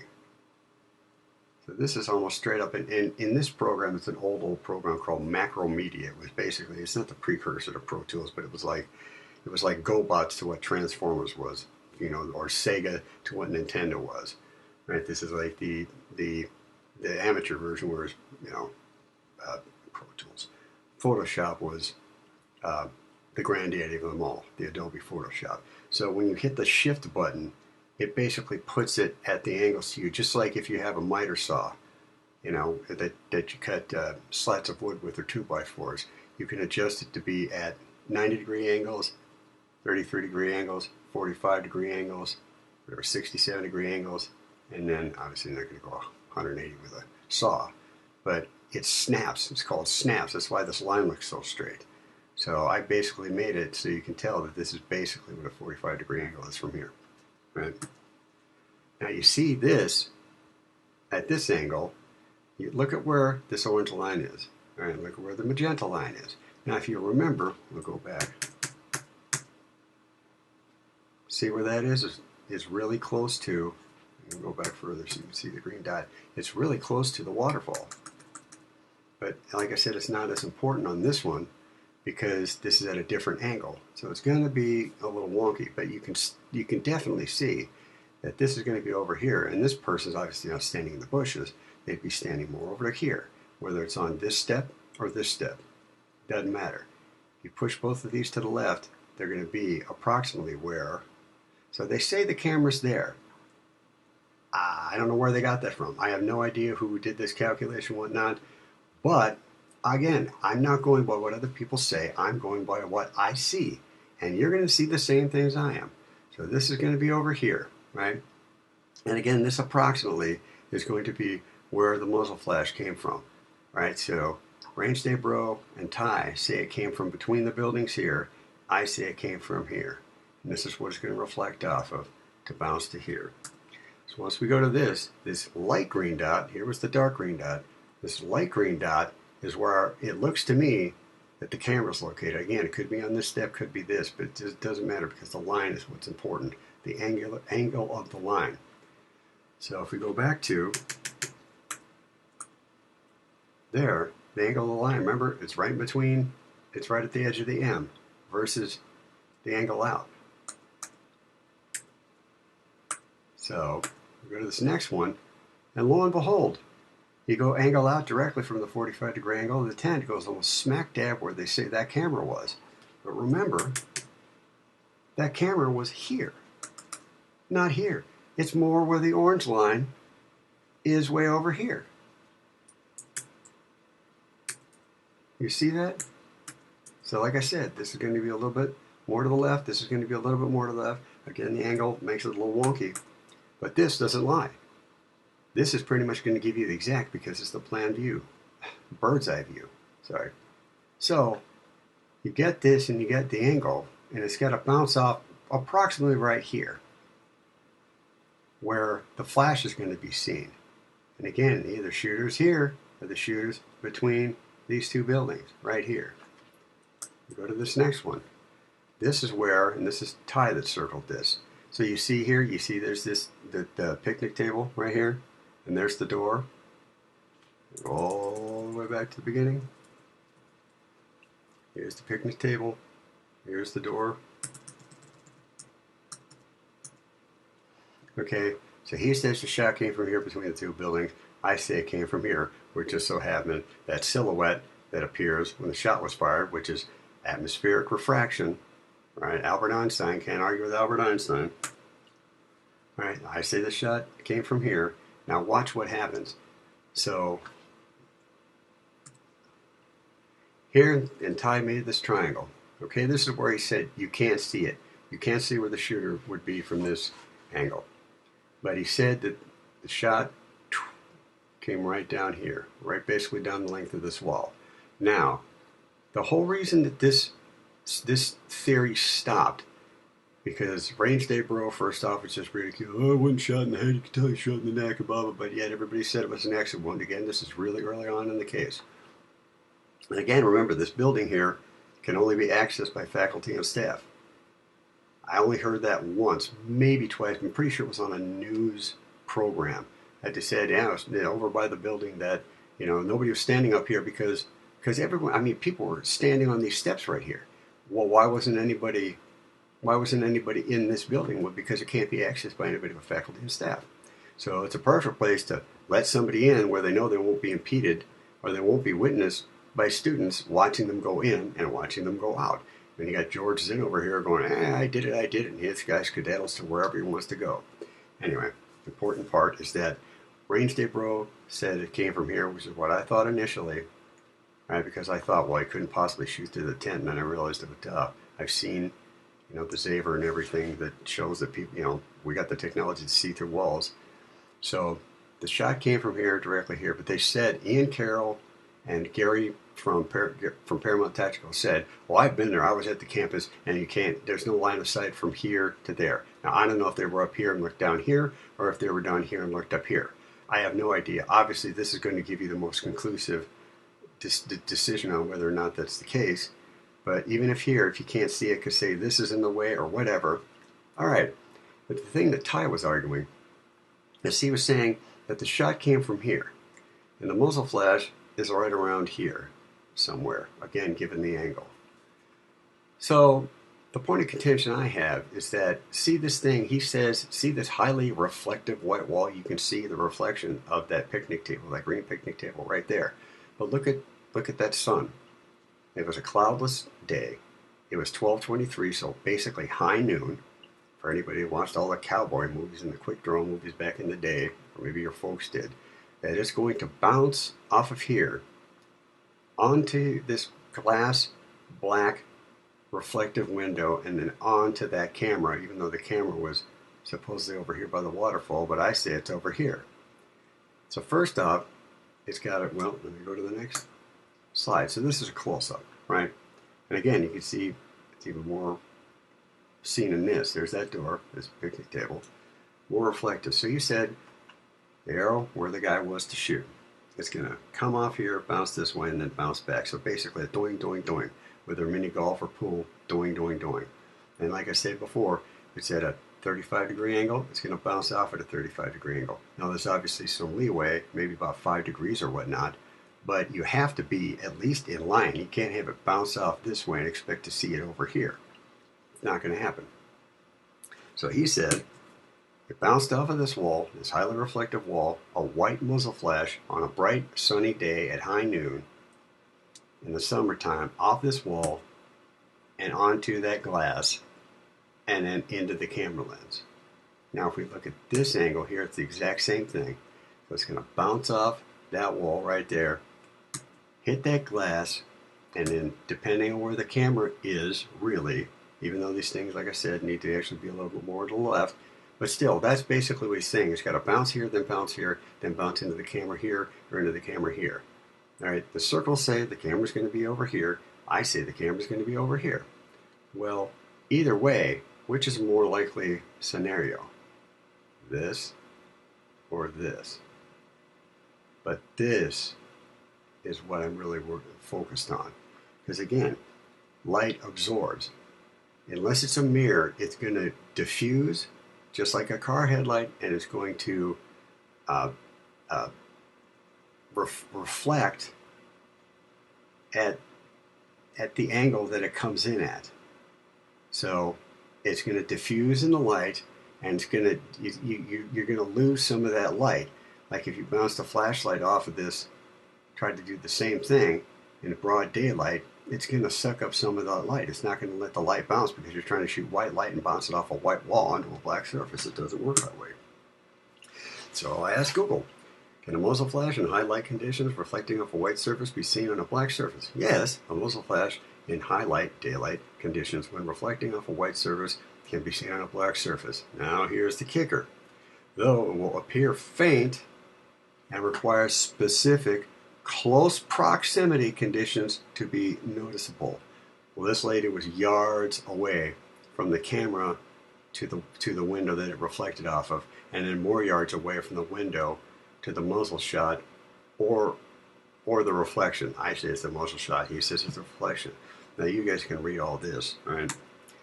But it basically proves my point. In a black surface, all right, if the surface is matte like black velvet or charcoal, it will nearly absorb nearly all light.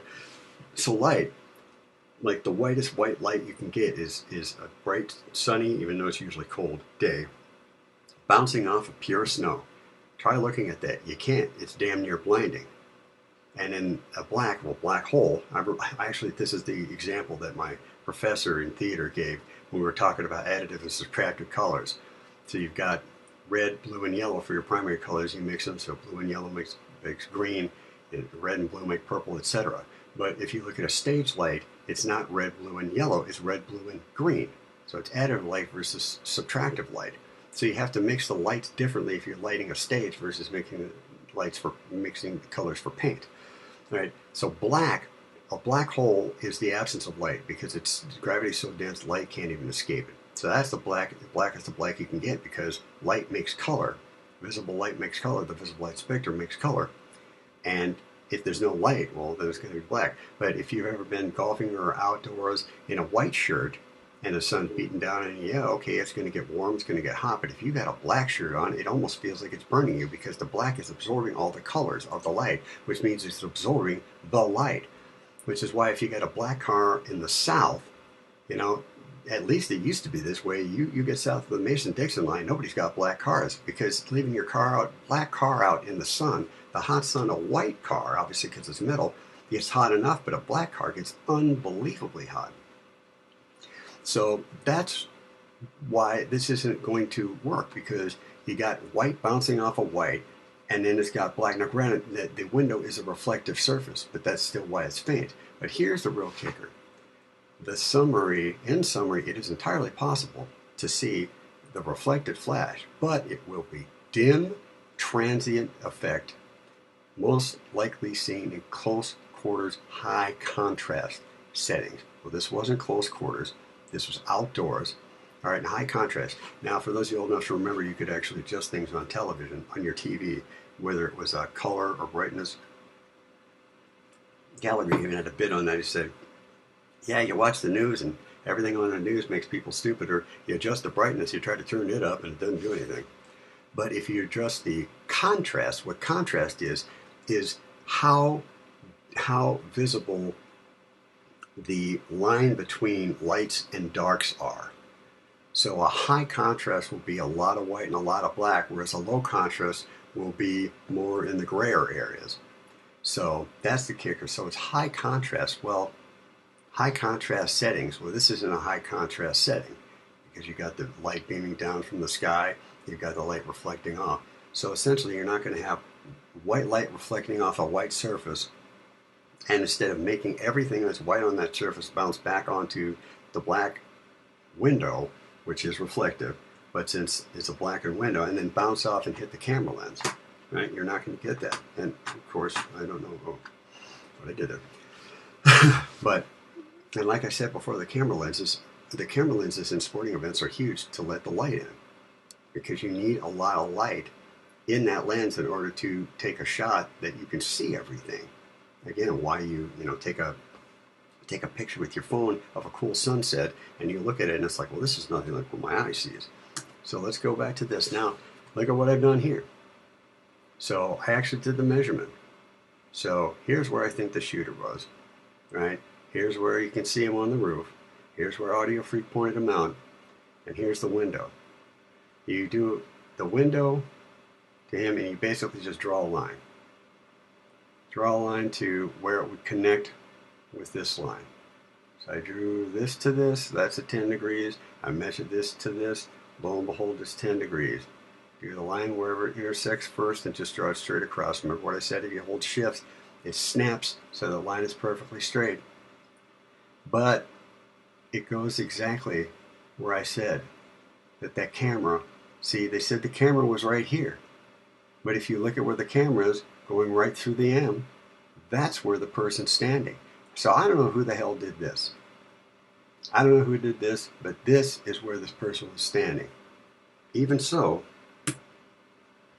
there's a little bit of a zoomed in, but if it is this person here and this camera and this is where they were standing, first off, they'd be more in line, pretty much almost dead on with the corner, which they're not. So I'll show you once again. They're not. This camera that sees the reflection there, right, is not in line.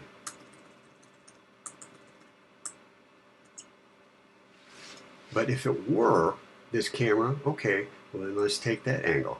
Again, just draw a straight line for these two, match that up, whatever that is there, and it just happens to be at a 20-degree angle. Now, not to say that you couldn't necessarily see this from a 10-degree angle bouncing off of a 20-degree angle, because like I said, there's always a margin of error. There's always some that you can see going either one. But when it's dead nuts and dead on like this, I'm pretty much guaranteeing you where this shot came from. And again, here's the other problem with Ty's argument, is that if the shot came from here, okay, he shot, boom, all the way down, smack, hit Charlie, right? Assuming there's a line of sight here. Then that muzzle flash, if he was way the hell back here between the two buildings, that muzzle flash would have to flash off of here, off of this building here, and then onto here. Well, remember what I did with the mirror? When you're holding the mirror straight at somebody, like your bathroom mirror, well, that's at 100-degree, a perpendicular angle to you, or sorry, a 90-degree angle to you. Well, when it's basically flush, so when I held the mirror to the side where you couldn't even see the mirror part of it, you're not going to get a reflection. You're not going to get a reflection. So it's going to somehow bounce off of this white wall in broad daylight, sunless day, at noon, on a summer day. bounce, I don't even do the angle of this degrees. You guys can figure this out because, like I said, this would basically disprove his point and further prove my point. To bounce over here and then bounce into this 20-degree angle camera where they say. And even if it was that this, everybody agrees that this is where this person is, which you should. I think I've pretty much proven that beyond reasonable doubt anyway. How's it going to do that? But yet, shooter right here, you can do the measurement yourself. Here's the window. Here's the person. And even if this was 12 and 8, okay, it's a hell of a lot better than this, and then 20 degrees, or even this, and this. But this to here, it's a 10-degree angle and a 10-degree angle. And like I say, you can even see the direction of the muzzle flash because of the triangle, the intensity of the triangle is on. Well, this, well, here's the triangle. So, boing, boing, right? The intensity is on this side. Boom, firing this way. So it's firing this way at Charlie. It's not firing this way, in which case the muzzle flash wouldn't have been at this angle, it would have been more at that angle. If that makes sense, I can draw for you. But this pretty much, this is just another piece of evidence that further proves my point. And once again, it was given to me by somebody who was trying to prove their point, but inadvertently they had me prove my point even further. So between this, having the footage of the shooter, which I don't know how you can even argue with that. Like that right there should end all discussions, right? You've got me showing how the bullet came, cavitation happened on this side, which is exactly what happened, kaboom. You've got the footage of the shooter here. You've got Audio-Freq's forensic audio analysis that pinpoints all these cameras and all these microphones, pinpointing it right to here. And now you've got this where you can see the muzzle flash. If we knew who the hell this person was, this guy would be going away for the rest of his life. There is no way he would be, there's beyond any doubt, not even a reasonable doubt, beyond any doubt that if we can prove that this person was up here, this is the guy who did it. Unfortunately, we're blaming some dork over here, because George Zinn's over here dropping his pants going, I did it and I was paid to say it. And everyone's looking over here. You're way up here. What is this? What is this, a 40-foot building? Everyone's looking down here in the bowl. Everyone's looking this direction. No one's paying attention here. And if this shot was suppressed, these people standing here wouldn't even know what hit them because this thing is a bowl. So it's probably going to go bam and bounce back at them. They have, and most of these guys probably have no idea what the hell a gun even is. So this, yeah, like I said, here's damn near your proof, and that's all you need to know. So onwards and upwards. Just like before, this is where everything broke down.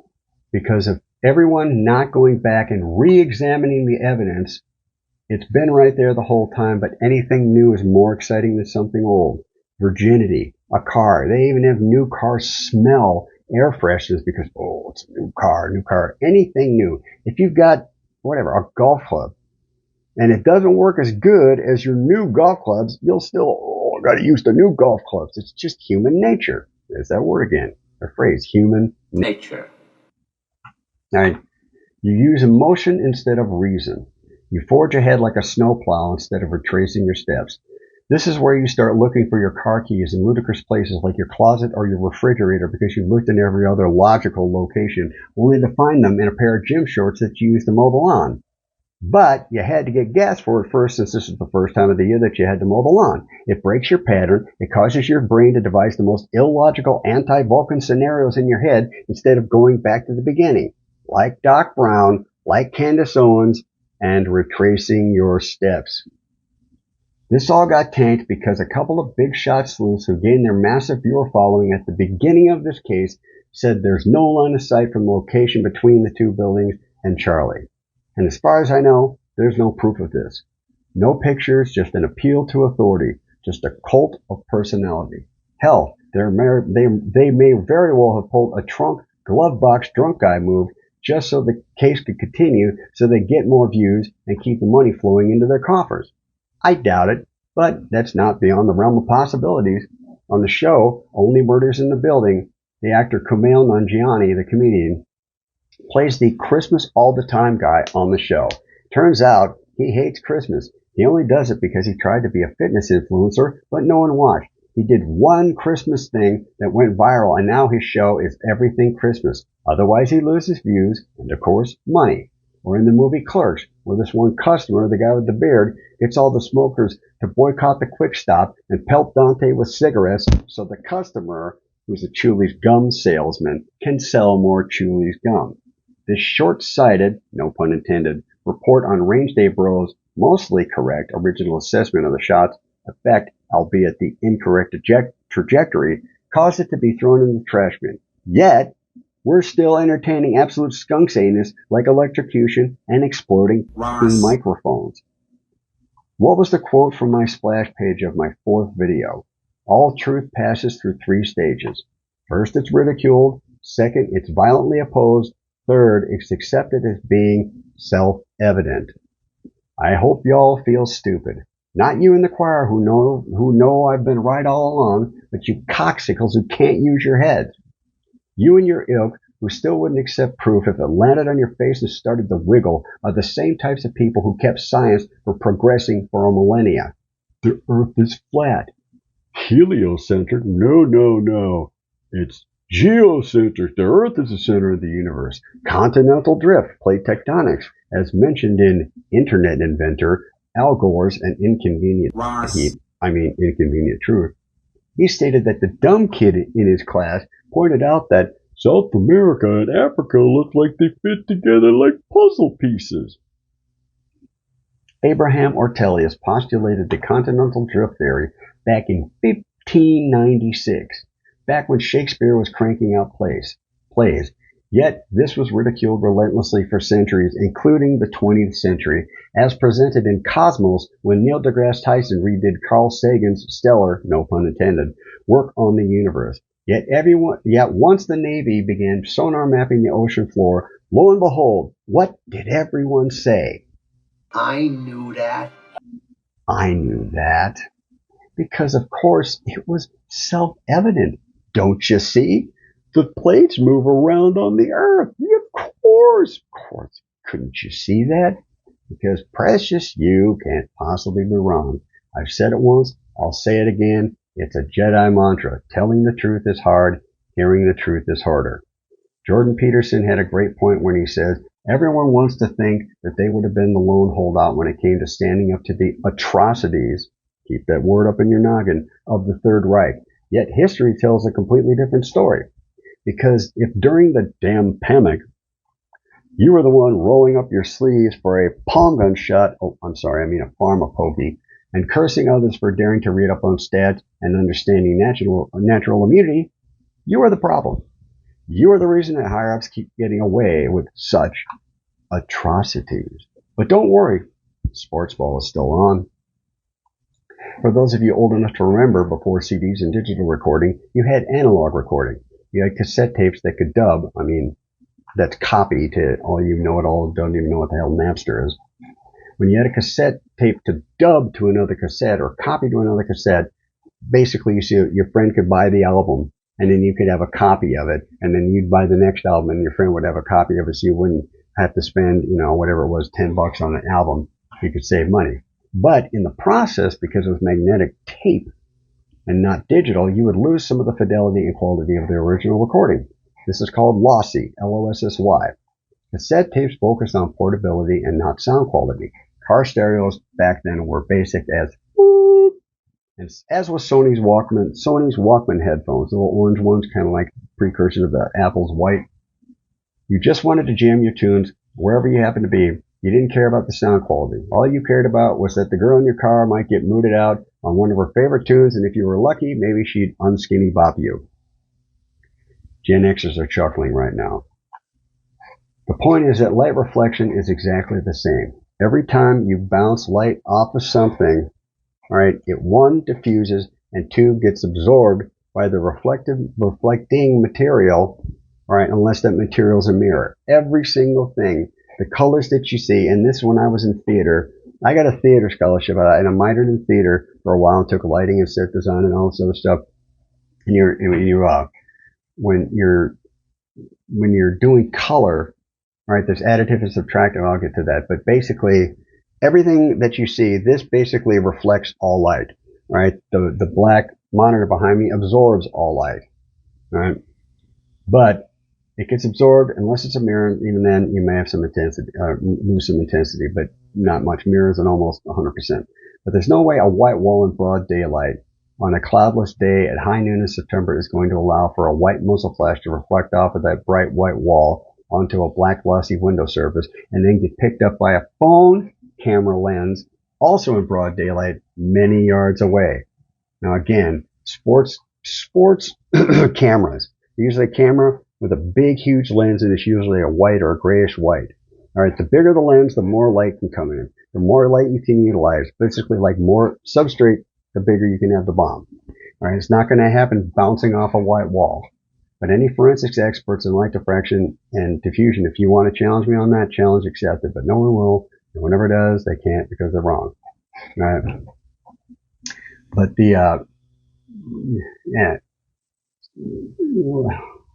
I was going to go into something else, but basically, when it comes to colors, additive and subtractive color. All right, I don't remember which one is which, but one is you mix red and blue paint, you get purple. You mix red and yellow paint, you get orange.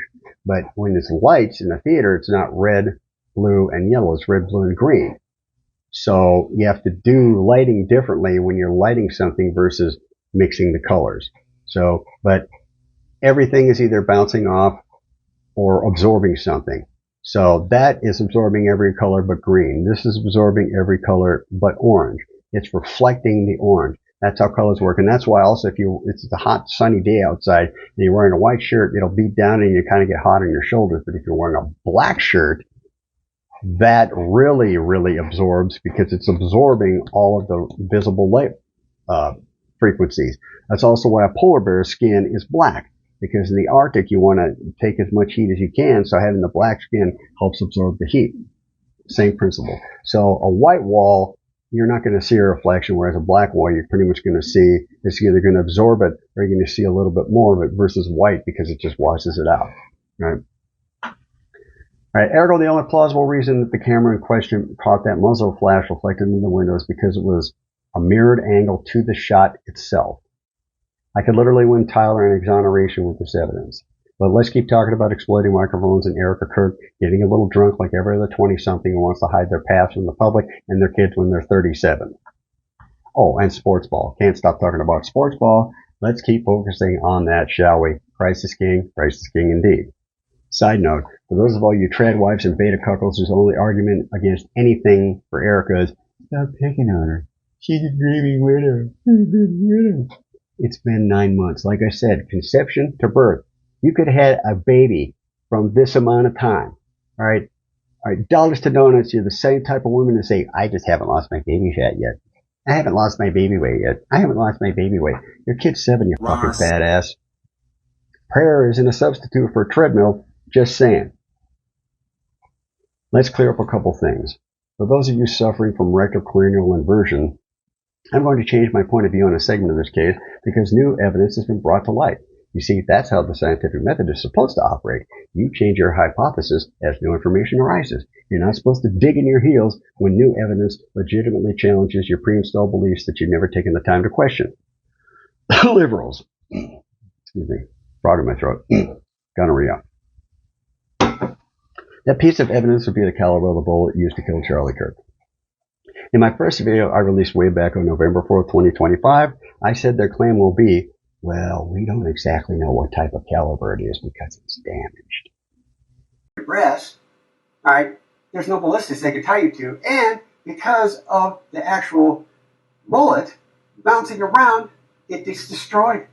It flakes off. It's got flecks everywhere. So essentially, you can't ballistically check it against the gun that was fired because the striations are gone.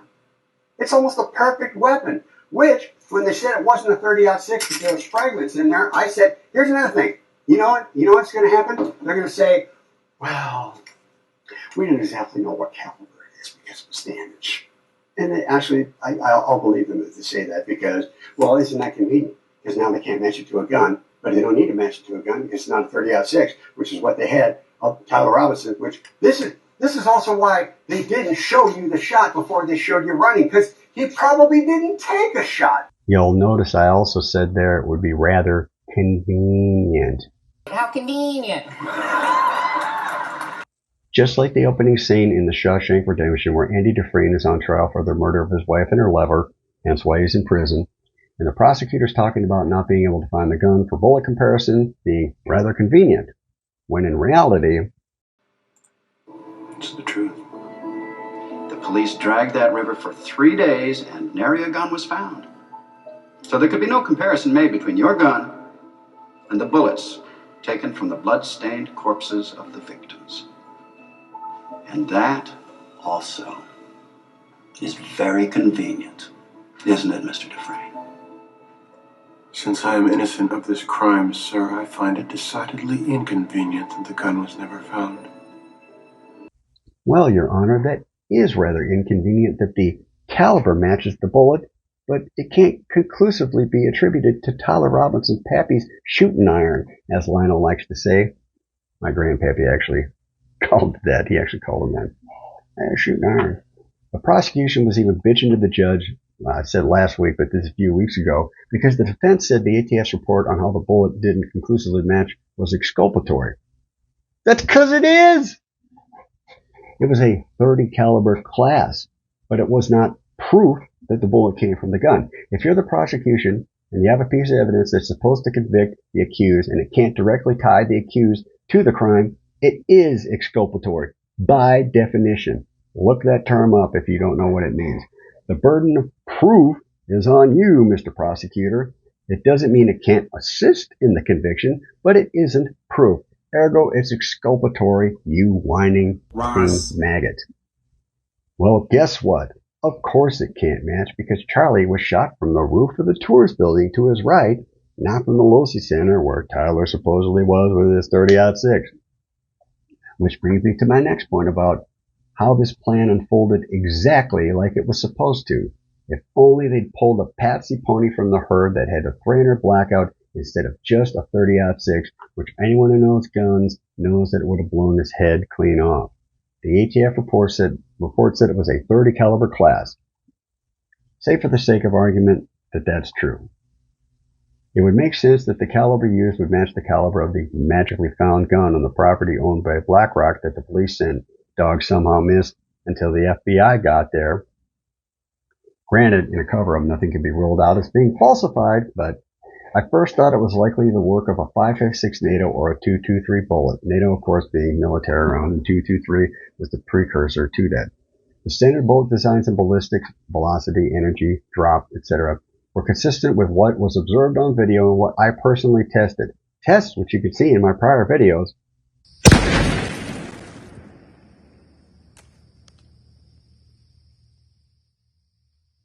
Just saying. These are also common civilian and military calibers used in various theaters.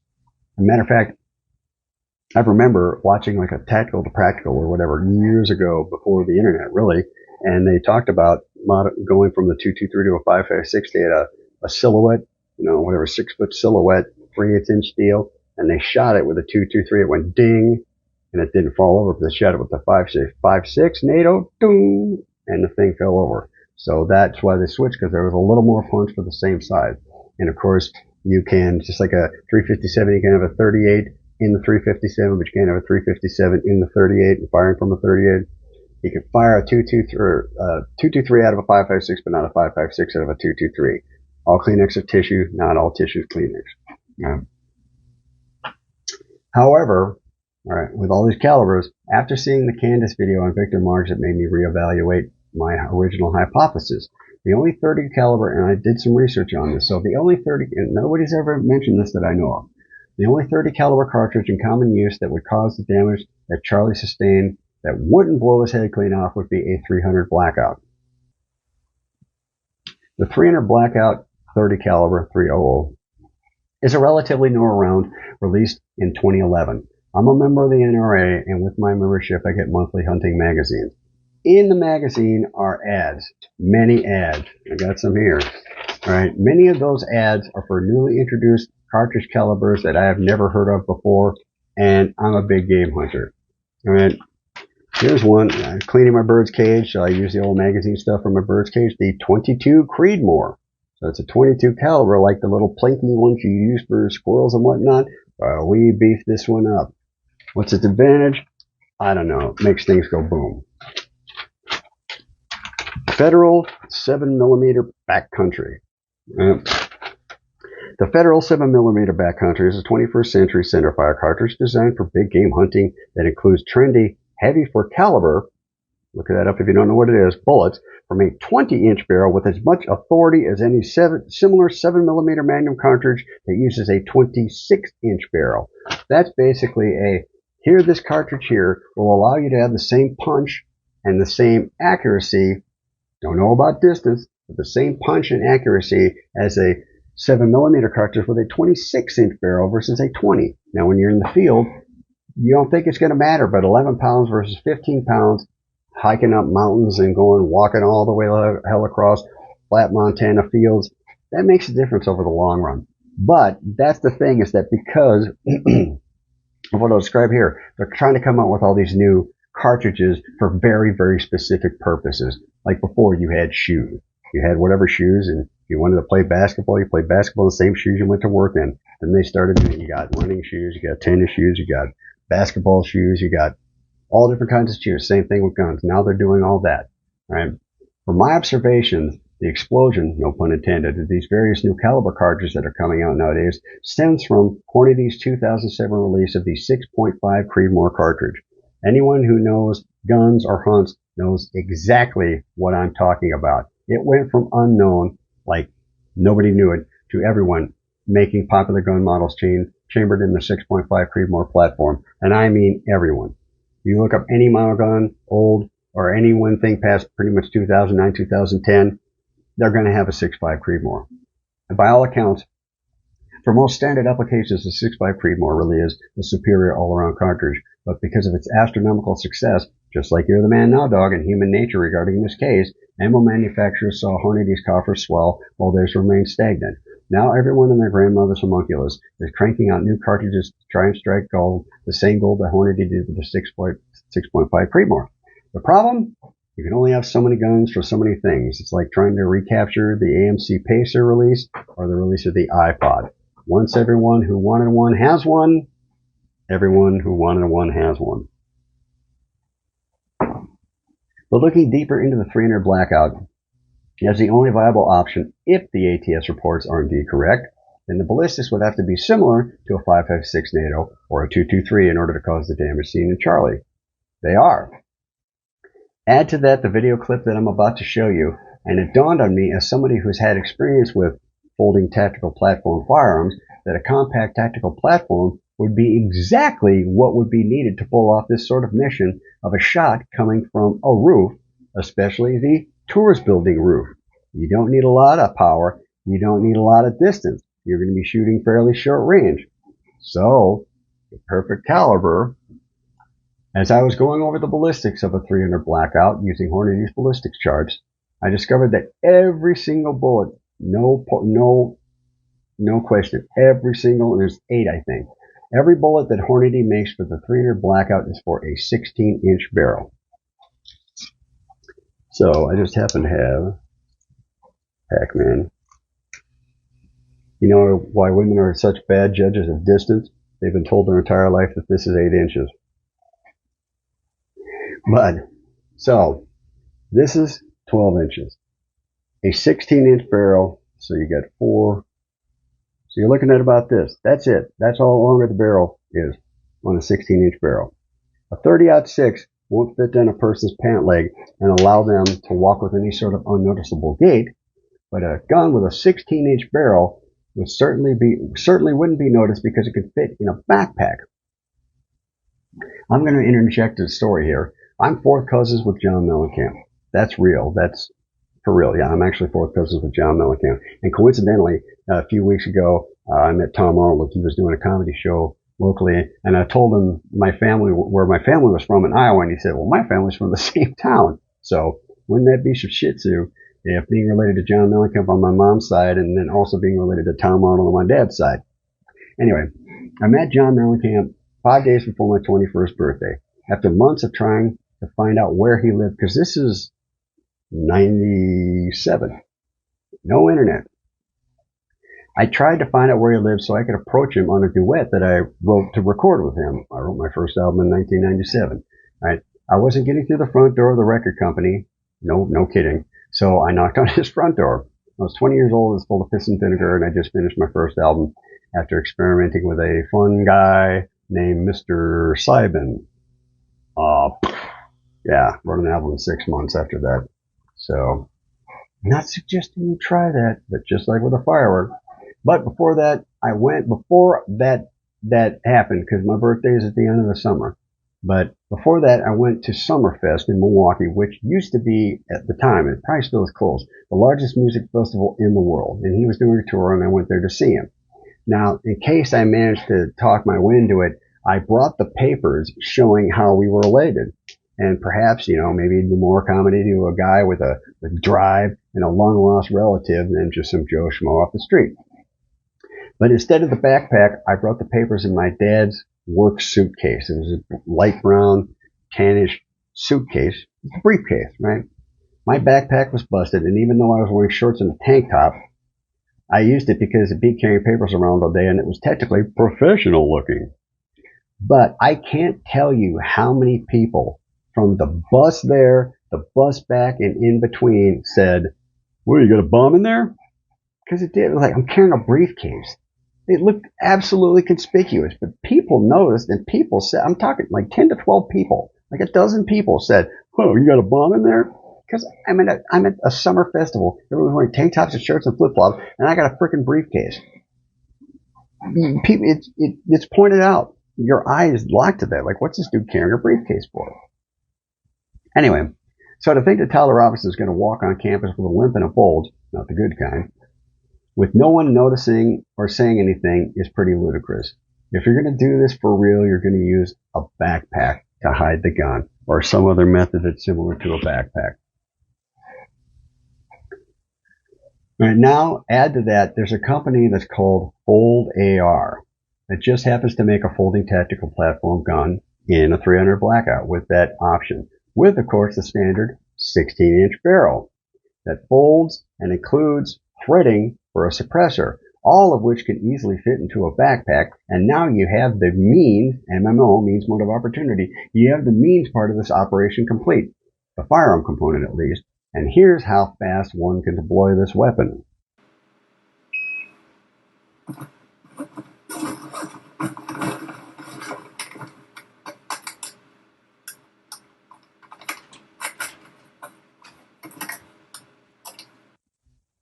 "12 seconds it took to deploy that weapon.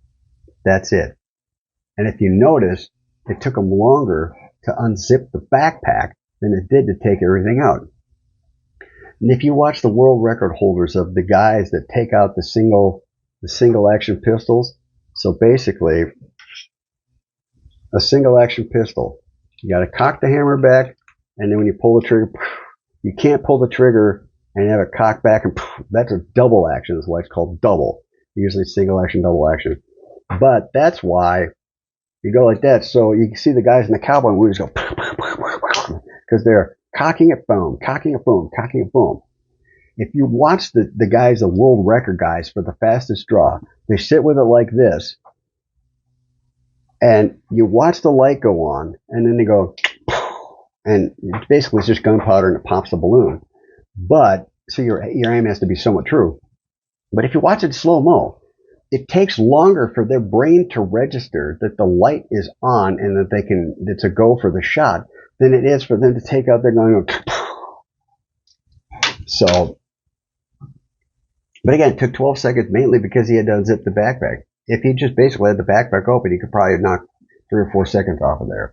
But, so if you also watch minutes 36:44 to minutes 40:22 of that Candace episode, you'll see that Corby Hall, her guest, started FoldAR to supply these compact firearms to school resource officers in case of an active shooter situation.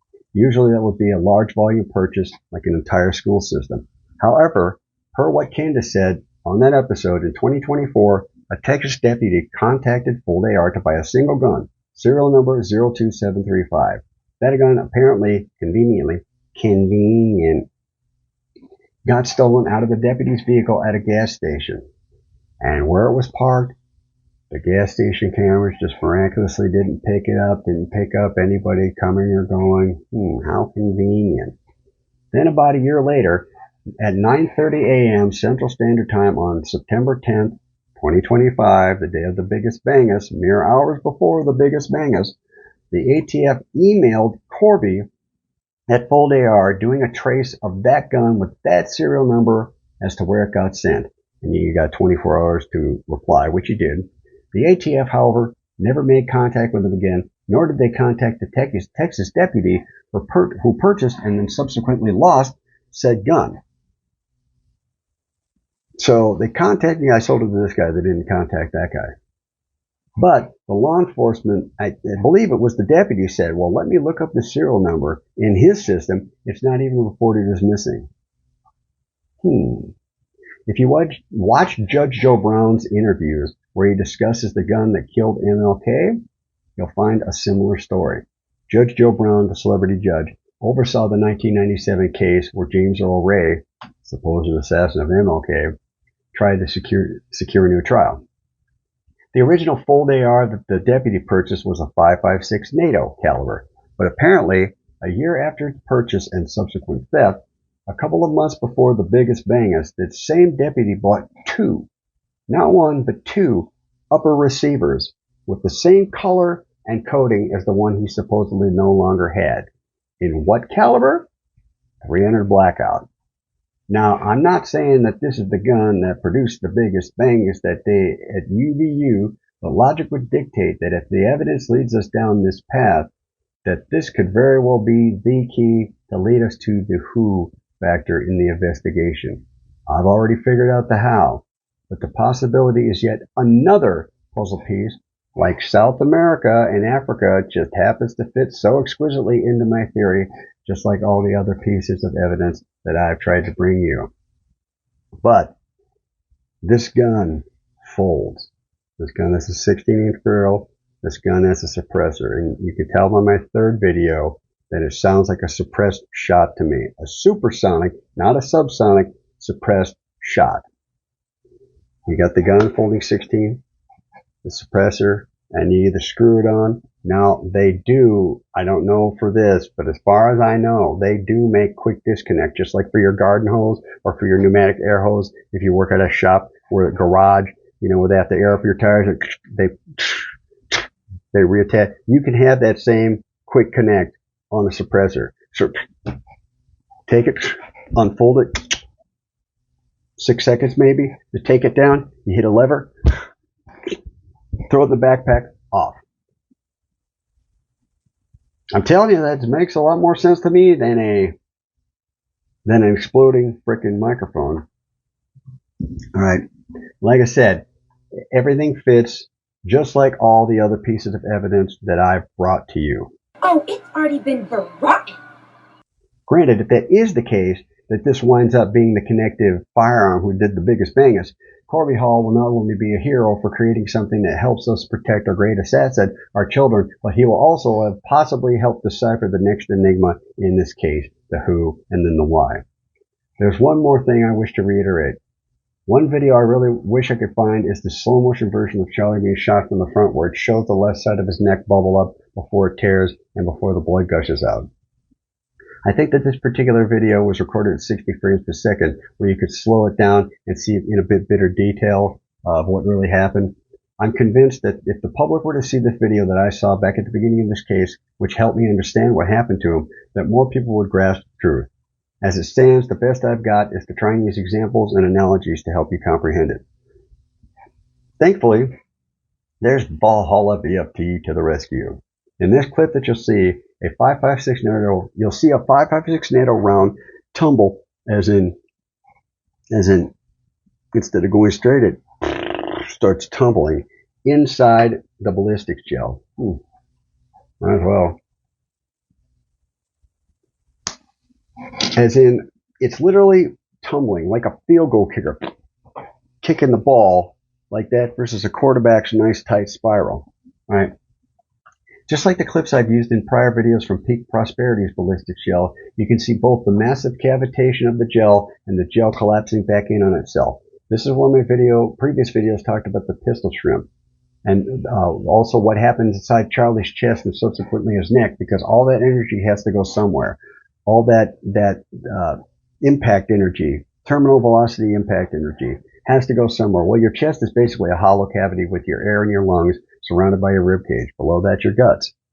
The energy from the cavitation / air has to go somewhere, just like squeezing a balloon in your hand. If you got the balloon and you squeeze it, right, it's got to go somewhere. So it's the same principle.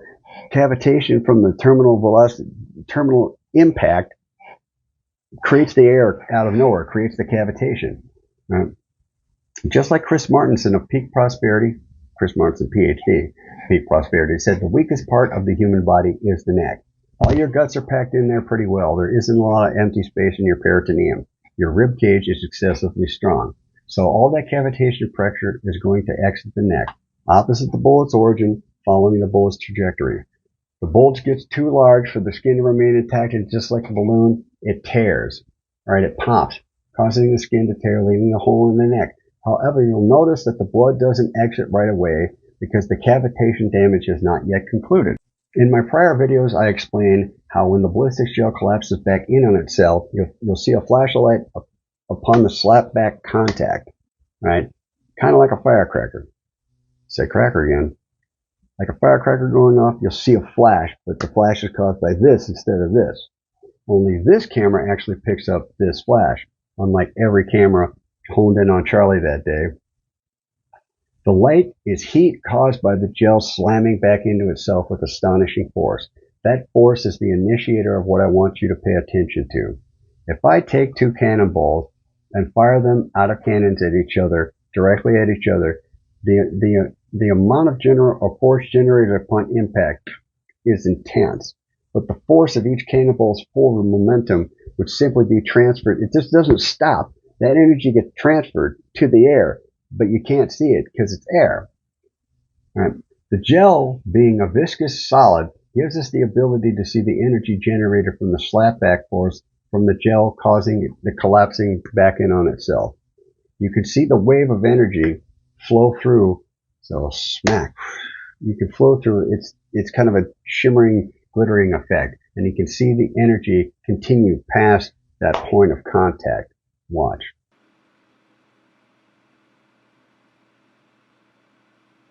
As you can see, giant cavitation, which is likely what we see in his neck there.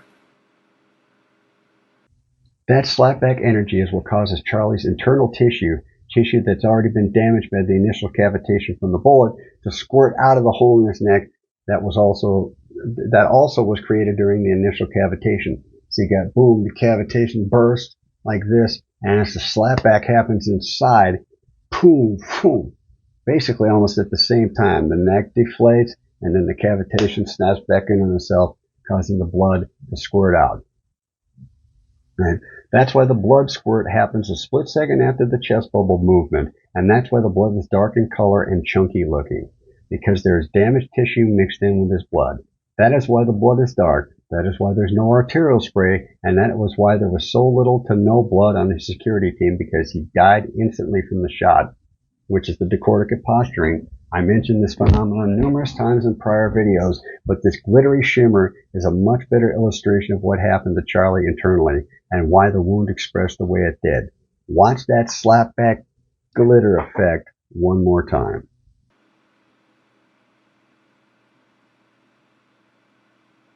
As you can see, giant cavitation, which is likely what we see in his neck there. There's so many more things I want to talk about, but I can't make more videos until everyone finally realizes that this is how he died. 9 months and we're still talking about exploding microphones. It's finally reached to the top. Candace is the top. Baron's second. And they're still talking about this. You guys have to share this. Right? But there's things I need to mention, like Baron on episode 90 at 4123, he says, there's GSR, primer dust, and residue that'd be all over Tyler. Did they test for it? Yet there's no residue damage for this, or damage or anything for this immaculate explosion of his microphone, but somehow that's still your leading theory. Hey, Baron, you might want to crack open that logic book you keep brandishing so brazenly. On Candace's Papa Do Preach that she just released as of this, which is probably going to be a couple days because I got to edit this, but at 8 minutes, she says that they didn't do a GSR test on Tyler because they knew that he'd fail it. Yeah, that's true. But not because it was an explosive that was used, because they knew that the shot was from the tourist building. If you knew the shot came over here, you obviously this guy that you're saying did it, didn't, which again, maybe they're trying to do this, say, oh, he can't be convicted, but he'll walk around with that stigma, and then they fly him off to Argentina or something to live with, Hitler and JFK to bump themselves to stuff. He's down in Paraguay. You can believe it if it's in the Weekly World News. Anyway, Candace had a good point in a video prior to Papa Do Preach. She's wearing white with a headband, lipstick. Looked really nice. She said, we don't have the technology yet that can compete with a dog's nose. I never thought about that. Never thought about it like that. But now she says it, it's rather obvious. Just like when someone points out something for you and now you can't unsee it. So, for example, in the movie Goonies, when they're in Willie's ship, right before they're about to start snagging all the gold and whatnot, everyone's in amazement.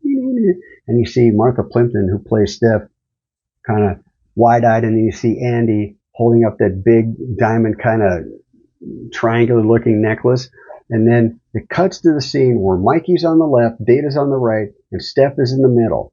Now, during filming, if you watch any of the special DVD, whatever, you can see Steph, Martha Plimpton, like that. She's lying on her hand and basically sleeping because they all were filming in that cold-ass water, and they all got sick. So she's sick, and she felt so bad, but she goes from like this beady-eyed, wow, this gold, and Andy holds up the gold, and then it cuts to her behind the two, even though you can clearly see she was somebody somewhere else 3 seconds before that, but she's basically sleeping because she's sick. And Mikey says, what are you guys waiting for? Start loading up on the gold. And she goes, what are you guys waiting for? Start loading up on the gold. Here, watch.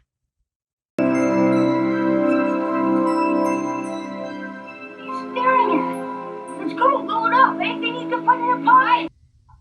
Now you'll never unsee that. And most of you, if you're nerds like me and like Star Wars, you'll know that when they blast open the door in the original Star Wars A New Hope from 1977, and they come in and there's R2-D2 and C-3PO, the stormtrooper on the right hits his head on the door because the door didn't go high enough.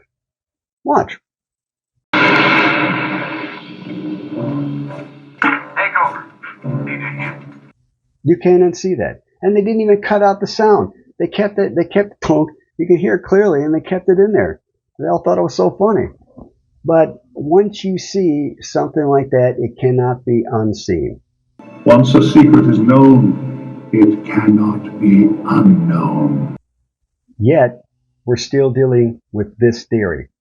But even I, being in Mensa, right, I didn't think of that regarding a dog sniffer. We don't have technology that matches a dog's nose. But she thought of that. I didn't. That's how this whole thing is supposed to work. But unless everybody gets the information to these other key people to let everybody else know, this is going nowhere. We're spinning our wheels with thumb and a prosticks. We're shoveling sand against the tide. We're wasting our time. This is why this information getting out there is so important, because somebody thinks it's something else or sees something that no one else has seen or thought of before. This is what will solve this case. I've solved this part. I've solved the how. I just need somebody to get a hold of that frickin' tent. We find that tent that's still at TPUSA. I guarantee you there's no way, unless somebody gave it away, but I guarantee you it's still there. There's no reason they would have gotten rid of it. There's no reason they would have sold it. All right. That tent is the Charles Eversole of this case. Charles Eversole was the guy who was supposed to shred documents in the movie Aaron Brockovich about the PG&E. If he hadn't been there, they wouldn't have got their money. But they maybe. But that basically was the nail in the coffin. That was the dagger. We get that tent. All right. It proves the bullet was shot through. Bullet was shot through the tent. Proves the caliber. And if you swab it for gunshot residue, it proves it's a bullet hole, not just some other random hole. Case closed. Case closed. Baron Coleman and Candace can take it from there, and all you guys can do the digging on the who and why. Maybe I'll get into it, but go ahead. But I really don't.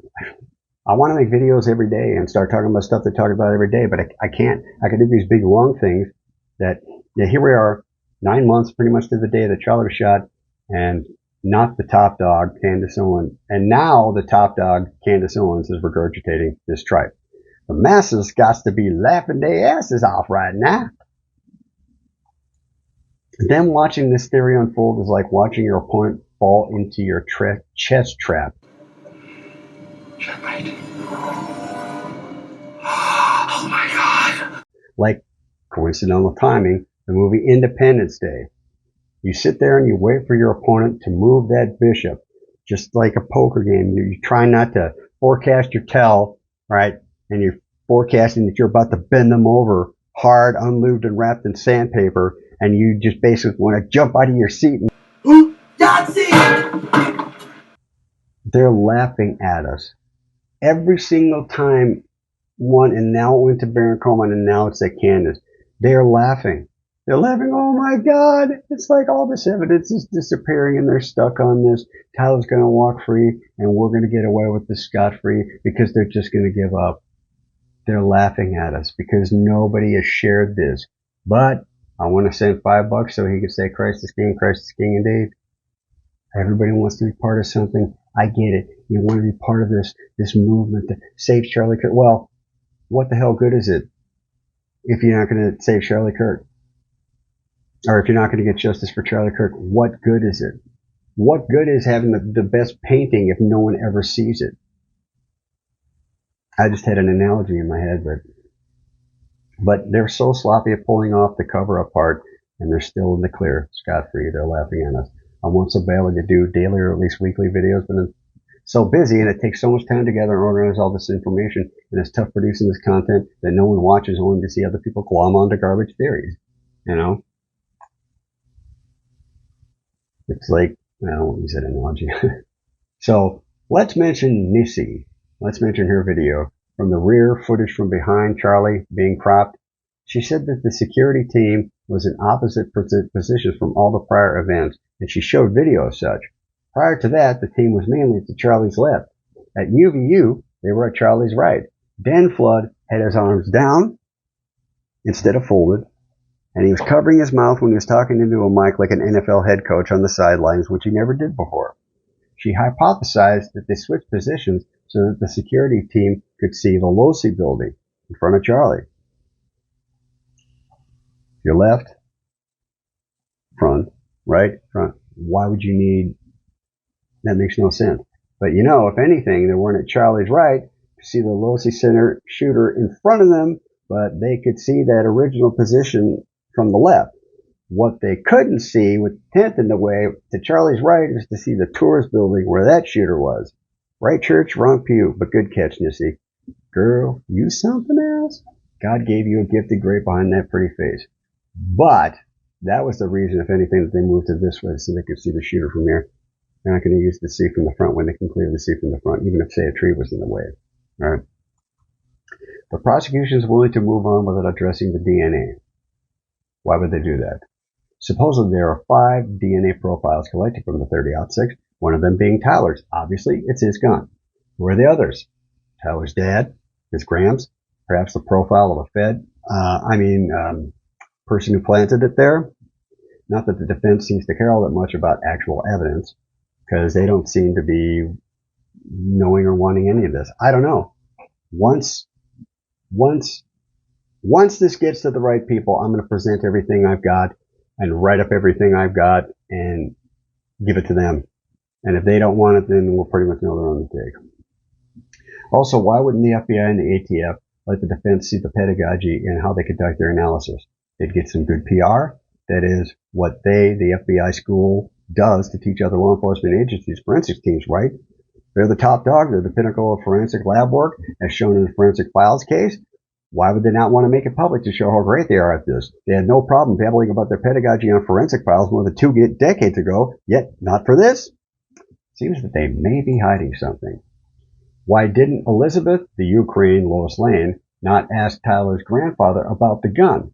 What kind of gun was it really? What was the make and model? Where did he get it? Was it really a World War I gun? How did he acquire something so old? Did he convert it himself? If so, why? Or did he buy it as seen in the photo that got released? Why would he buy such a convoluted contraption? Or why would he turn it into a Frankensteinian monstrosity? Was the original stock cracked? Paul Turner, the stock doc, right here in Wisconsin, repairs and refinishes wooden gun stocks. He does that for a living, has for 4 decades. I think he's going on 50 years. He's been online forever. He's got YouTube tutorials over a decade old, back when Tyler was in single digit age. Did he just hate the original look of the World War I stock? Why did Tyler have it, not Tyler's dad? Why would either of them have this before Gramps was dead? Am I the only one asking these questions? No, I love Elizabeth Lane. I think she's awesome, and I love that accent. Foot, they can kiss my foot, but why didn't she? It's his gun. All right, you can't talk about the kid, but it's his gun. All right, asking where he got it and how old it is, blah, blah, blah. That's information that doesn't have anything to do with the case because it's his gun. He can get away with it. Yeah, I bought it here and I got it, blah, blah, blah, blah, blah. It has nothing to do with the case. It's his gun. She could ask the questions. She's a reporter. She seems to be pretty smart. She should know better. Next time, did you get his card? Did you get his number? I'd ask for that. Andrea Burkhart's video in the preliminary hearing. No one else but me apparently caught this, and remember, a courtroom is a battlefield of words. Words and ideas, but mainly words. Words have exact meanings. James J. Sexton, Esquire, said, in order for something to be legally enforced, it must first be defined.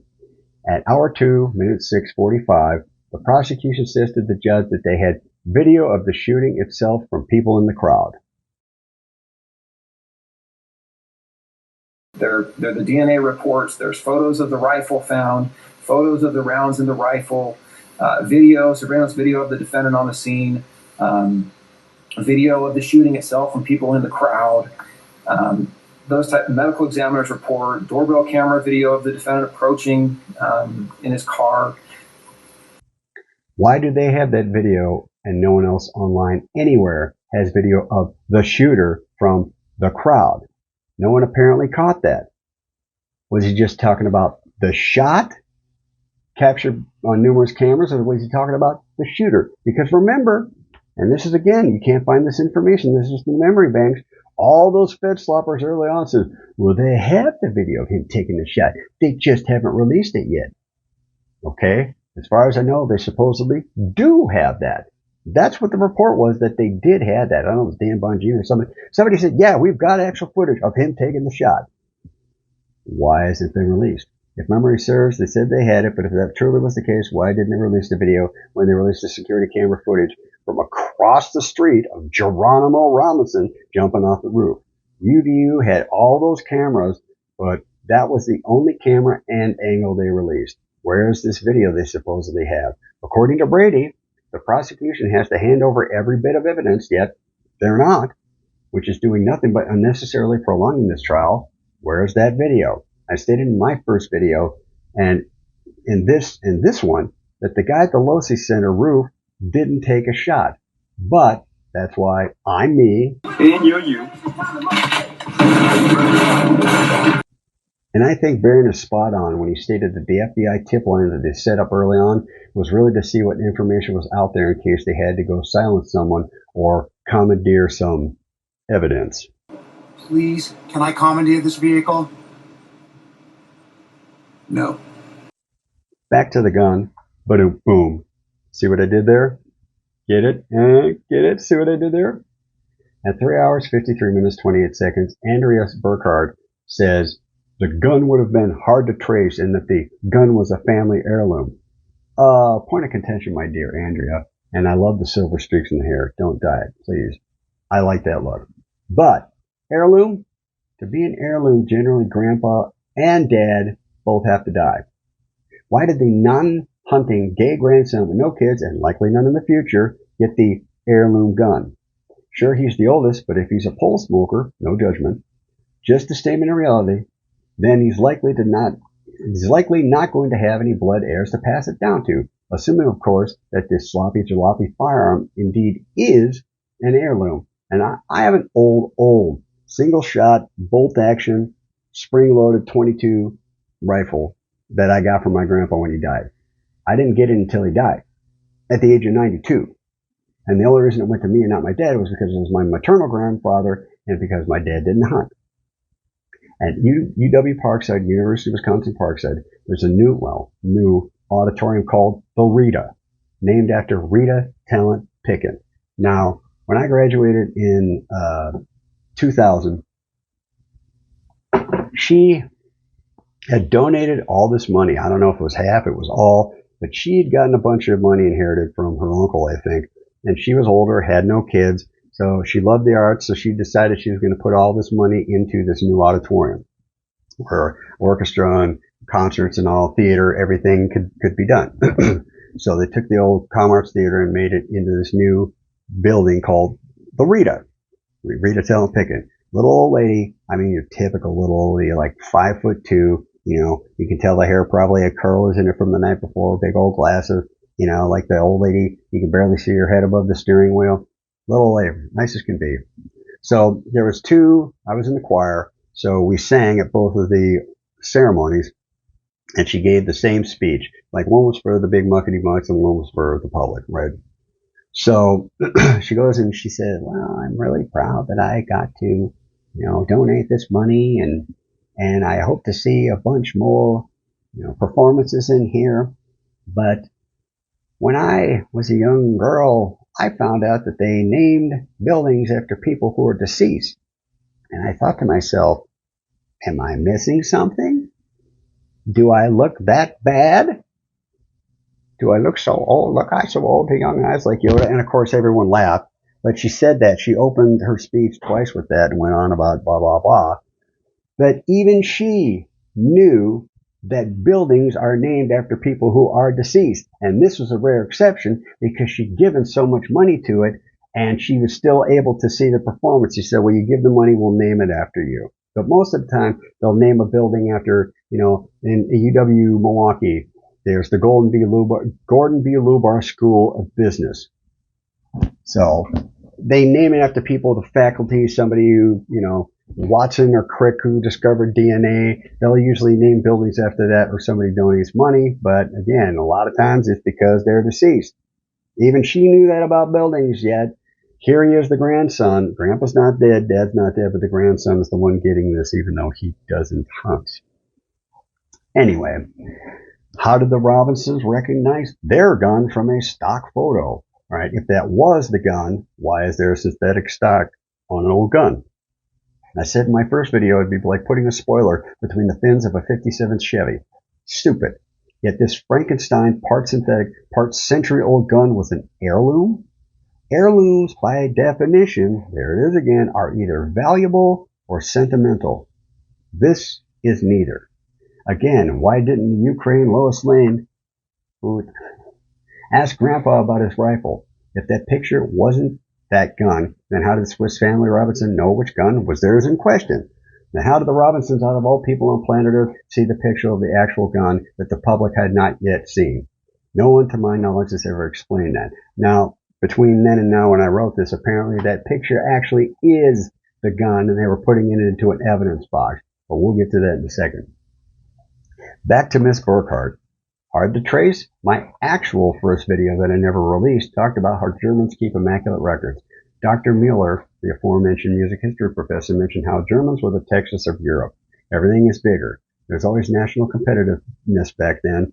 Matter of fact, when Louis XIV built the Palace of Versailles, everything had to be attempted to be as immaculate. Then in German, everything's bigger. During the Revolutionary period, the English and colonial garb was simple and rather plain, whereas the French trappings were rather ornate and flashy. Dandies, they called them. Guys who wore that with the powdered wig and the makeup and everything like that. The English were like, we're not gonna do that. You know, we're just gonna be plain English. Probably where the phrase comes from. The music was no different. So the way it was described by Professor Mueller was that if you had a work that was called The Elephant, the English would do it in one volume, 200 pages. The French would have L'Elefant in 2 volumes in 400 pages. And the Germans would have Das Elefant in 4 volumes, 1,000 pages. So that's, Germans always do things bigger and better, precision German engineering. All the cars that come out are Bavarian Motor Works, Volkswagen, pretty much all come out of Germany. So Bigger and better is in the German people's nature, as is record keeping. The Holocaust, according to Dr. Joseph Mengele, was an anthropological study. That's how he viewed it. But we know what happened in there because of the insane level of record keeping, rivaling the acts themselves. Which is why the original Mauser M98, M standing for Mauser, 98 being 1898, the year it was first manufactured from 1898 to 1918, at the conclusion of the Great War, all had serial numbers. Every single one of them. So there goes the whole difficult to trace factor in the argument. Assuming that this rifle indeed was a World War I Mauser M98, but chambered in .30-06? Anyone remember Pulp Fiction? Royale with cheese? You know what they call a quarter pounder with cheese in France? No. Tell them, Bendu. Royale with cheese. Royale with cheese. You know why they call it that? Because of the metric system? Check out the big brain on Brad. You're a smart motherfucker. That's right. The metric system. A 30-06 is 0.30 of an inch. And an .06. 1906 is when Springfield had .3 and .6. 1906, 30 caliber 1906 is where it's an imperial measurement, not metric, not 9mm, 7mm, 10mm, 6.5mm, Creedmoor. They did not make an M98 in the 30-06 chambering until the 1930s, and even then it was a K98, a Polish knockoff, K standing basically for carbine, because Hitler took the gun and he wanted it smaller and lighter so that they could march farther. But they did not make a 30 caliber until the 30s. So it can't be a 30 caliber World War I. And try to remachine something like that, give me a break. They're not going to take that old of a gun, even if they're putting a synthetic stock on it, and remachine it for that. They're just going to take the original ammo, which you could probably still get. Now, as of this writing, and why I need to do weekly videos, because this information coming out only seems to happen when I'm actually trying to finish a video. Gary from Paramount Tactical released a video knocking Valhalla about the photo of Tyler's supposed gun. Gary slams Nate for thinking that you can't put the synthetic stock on a World War I rifle. That's not the way the question was asked and answered, but it's Gary from Paramount Tactical, so let's go with it. Hey guys, I now have the synthetic stock for the Mauser. Here is the original wood stock. I'll be replacing it here. Not doing a how-to, just showing a little before and after and some just first impressions on the stock, and I'll show you the overall look of it. And here it is on the OD green synthetic furniture made by Hogue. It no longer has a distinct Mauser look to it. Switching out between the wood or synthetic furniture is very easy, using the 2 screws at the bottom. They're not going to replacement, so those are the original ones I had.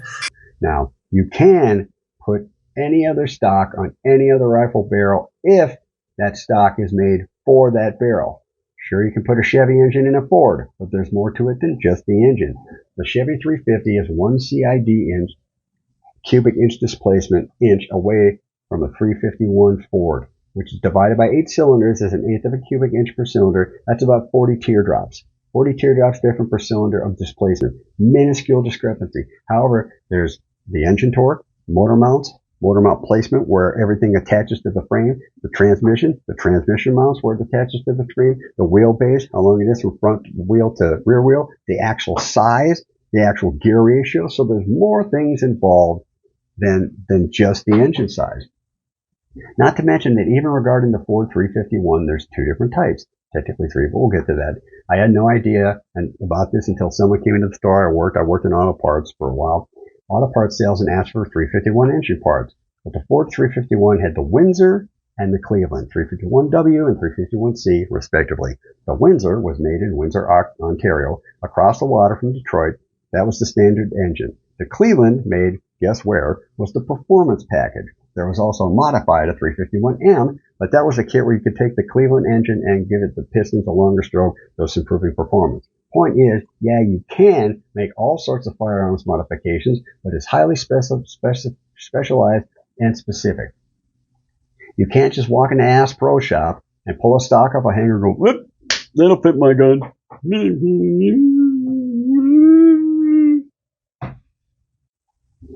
It's like walking into a paint store saying, I want some blue paint. Okay. Blue. Blue. I don't know what the hell the other one. I have another blue thing up there, but what kind of blue? There's a million shades of blue, right? Oh, blue paint.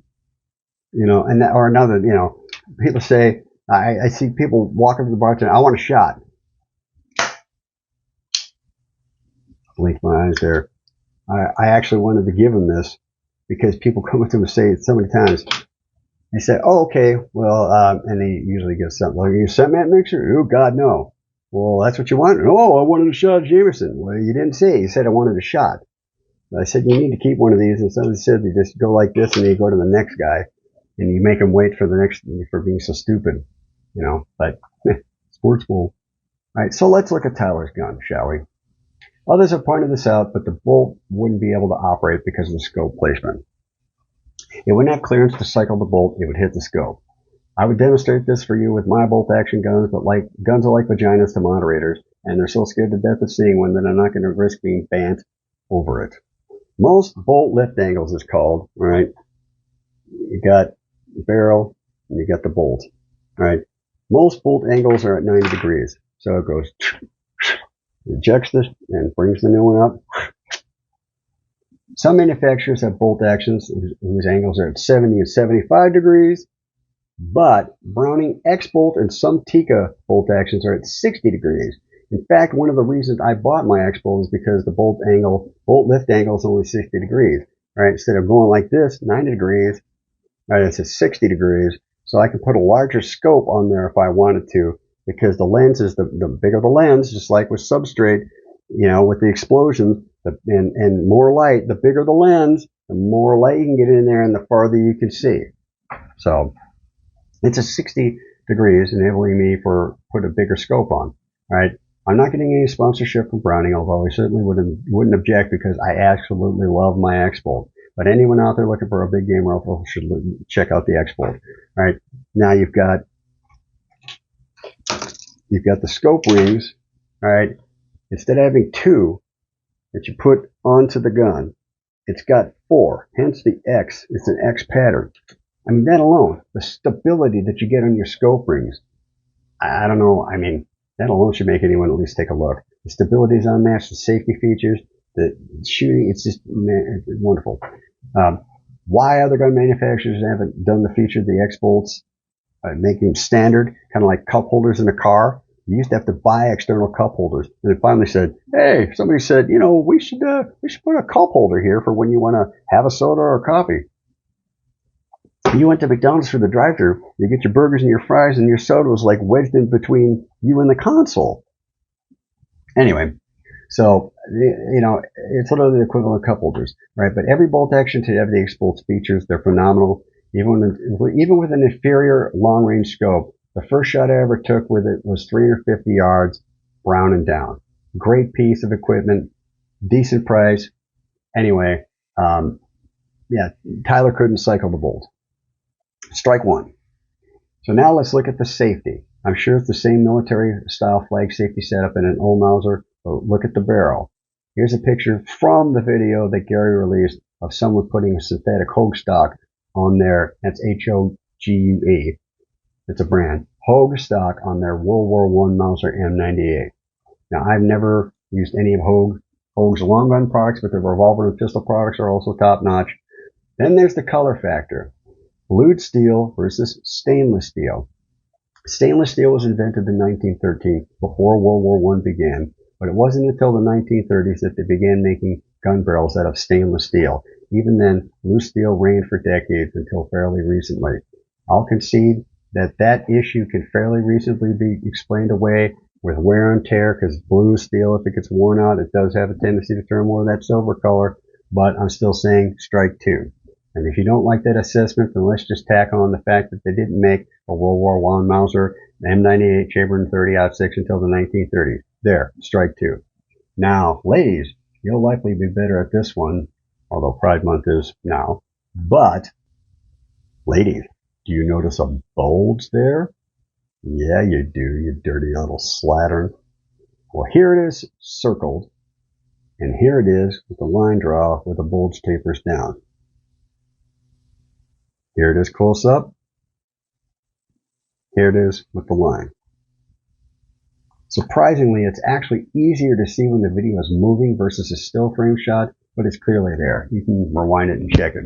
And the gun's chamber, neck, throat, call it what you will, alright, is thicker than the rest of the barrel because this is where all the pressure from the bullet firing has to be absorbed or tolerated. The average 30-06 cartridge puts out, no pun intended, an average of 60,000 psi. That's 60,000 pounds per square inch. That's 60,000 pounds put onto the red square part of this post-it note. Imagine you've got 60,000 pounds being pushed onto this itty-bitty square. That's what we're talking about, pounds per square inch. That is an entire weight of a medium-sized bulldozer. The Caterpillar D6 with a full-size bucket, bulldozer's weight onto the surface area of that red square. So if you got something that big, put a platform, you put a bulldozer on it, that's how much pressure is on that square inch. If you equated 60,000 pounds of pressure per square inch to the same amount of pressure that the ocean depths put on submersibles, remember what was the Ocean's Gate burst? That's because the pressure got too intense and it imploded. But the depth of 60,000 pounds of pressure per square inch, all right, that'd be the equivalent of going down 138,000 feet below sea level. The deepest spot in the world, known as the Mariana Trench, south of Japan, is only 7 miles below the surface of the ocean. 138,000 feet would be 26 miles deep. Unbelievably high pressure. Metallurgy has advanced considerably in the past few decades, but many older long guns had thick throats whose thickness went down quite a ways at the barrel before the barrel tapered down. So again, I'd show you mine. You can tell where the thick part is and then it gets considerably thinner, but again, the metals are tougher nowadays. And obviously the cost per unit decreases the less metal you have in it, especially in wartime when metal can be a limited resource. But weight also plays a significant factor in both carrying it long distances, like on a march, or simply holding it up to fire numerous times, right? You want the accuracy of, remember when I said the long barrel? Because the longer barrel gives the bullet enough time to really get into its groove. Kind of like if a quarterback passes like this, it might wobble. But if he passes a nice long pass, it gets that nice tight spiral. It reduces the drag because if it's wobbling every single time,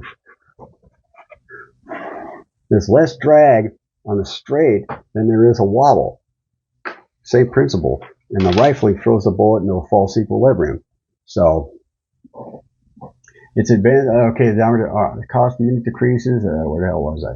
Weight's significant. Oh, so if you're firing, kind of have to do that. Try doing that.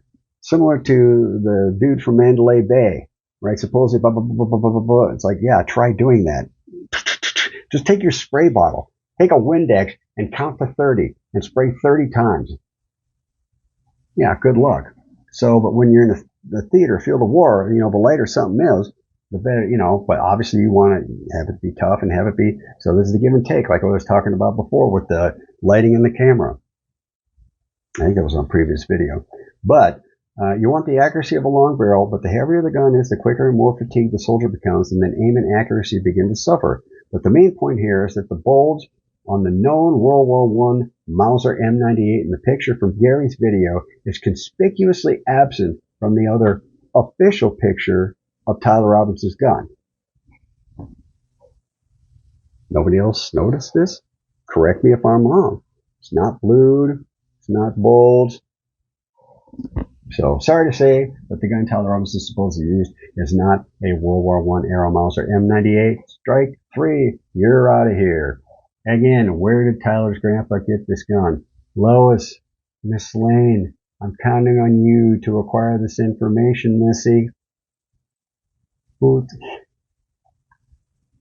Gee, Huck, maybe we could go down by the river later and race frogs. Anyway. At 4 hours and 58 minutes on the dot, they're arguing over cameras in the courtroom.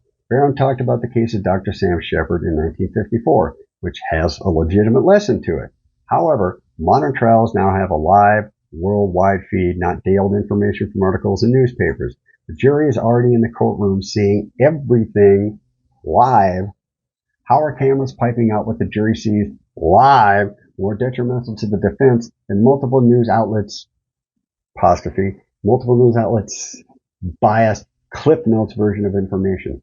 If the information that gets back to the jury and supposedly sways them is what they've already seen in full, in person, in court, live, how is that more detrimental to the defense than cherry-picked information fed to them and the public by biased news organizations? Ergo, how is letting cameras into the courtroom worse for the defense? Why would they then possibly be arguing for this except for the fact that they may be purposely tanking this case, or that they know that they just suck that badly and they don't want the public to catch on? But this is the sort of craziness. This sort of craziness is what gives credence to the Charlie martyred himself idea.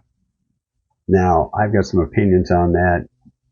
Again, don't necessarily buy into it, but just you got to take everything and look at every single lens, just like testing out every single chemical against bacteria or against, how it makes your serotonin levels or how it addresses blood pressure. You have to take every single thing and look through it at that lens. Look through it at the lens as, say, Charlie was diagnosed with, say, glioblastoma. He only had 2 years. He says, I'm taking myself out. I'm going to martyr. And everyone, you guys gotta follow along. It does make it really interesting. Just think about it. Not saying that that's the case, it's far from it, but it is rather interesting. Because you gotta look at everything. You can't pick and choose and say, well, I'm not gonna do that. No. Then you fail. Right? But either way, these are top tier, high priced lawyers, yet not one person in that courtroom or online, except little old me, of course, brought this up. This argument should render every trial trying to ixnay courtroom cameras null and void. Maybe I should go to law school, because if this is the best that's out there, I'm going to make Robert Shapiro look like a pauper. Candace said on her show that Paramount Tactical got a DOD, Department of Defense, payout in September. In November, after I made my first 2 videos, I contacted any and all sleuths that I possibly could, and I mean everybody. Name someone that's involved in this investigation, I've tried to contact them. Gary was one of the few sleuths that actually responded to me, albeit I happened to catch him replying to somebody on X, and he replied. I said, oh, you got to check this out. All right, give me a Cliff's Notes version of what you got. The other 2, aside from Sean Atwood, of course, were Ryan Motta, who simply replied, I've seen it, regarding my video. I'm like, okay, you've seen it, and somehow. And Andrea Burkhart. Credit where credit's due. Props to them. Although I just sent Andrea all of the things I've discovered since then, no reply. Now this is back in October, like before my first video was released.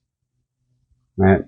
Par for the course, but she replied to me before, back when I didn't even start Red's Random yet. I had this on my political channel, but I was pretty sure I was going to be running for alderman, so I was like, well, I got to take it off my political channel and start a new channel. And I wanted to start this channel, a ways from now and just talk, like me planting a tomato plant. Oh, look at my tomato plant. Me going hunting. And then me doing this and me going on a vacation. This is Red's Random Rumination. Why is this built like this? Look at the name. Why would they name it this? Just Red's Random Rumination.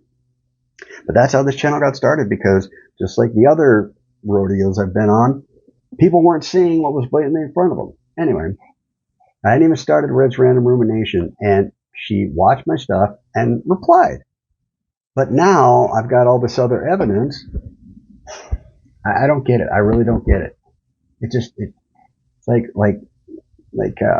Rose in Titanic said, I feel like I was standing at a precipice of an abyss. I'm in a crowded room screaming my lungs out, and nobody even turns around to see what the noise is. I literally had these videos up on the political channel before I said it, right? So why they're silenced now? I wish I knew. Anyway, I sent Gary my first 2 videos, synopsis, and he told me that the figure on the roof of the tourist building when the shot took place was parallax. But parallax results in a camera moving sideways. So if I'm moving, all right, here, the view is going to change as me being this ruler changes, right? It's not the result of this, which is what that camera, the guy said, yeah, Charlie brings a good crowd, and he's moving like this. He's not moving like this. That's parallax. Charlie Kirk brings a pretty good audience.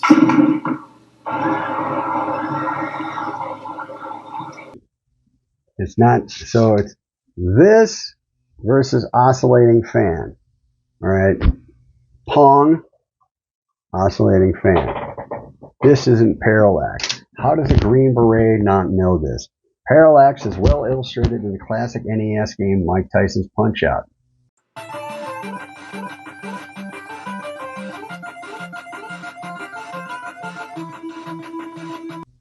If you want another bit of entertainment, search for YMNTD Classics Stole My Bike.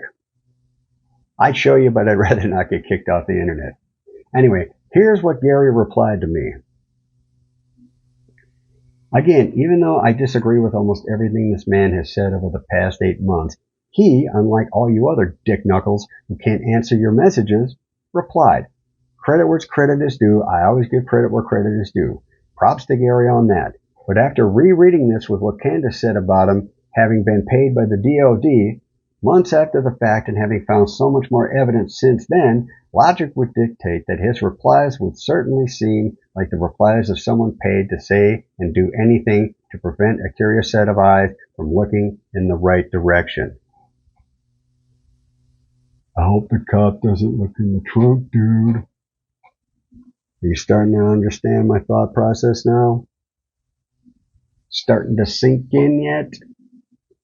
Just like with You're the Man Now, Dog, the big new thing now is talking about data centers, or at least it was a couple of weeks ago. This isn't just like sleuths looking into the Charlie Kirk case.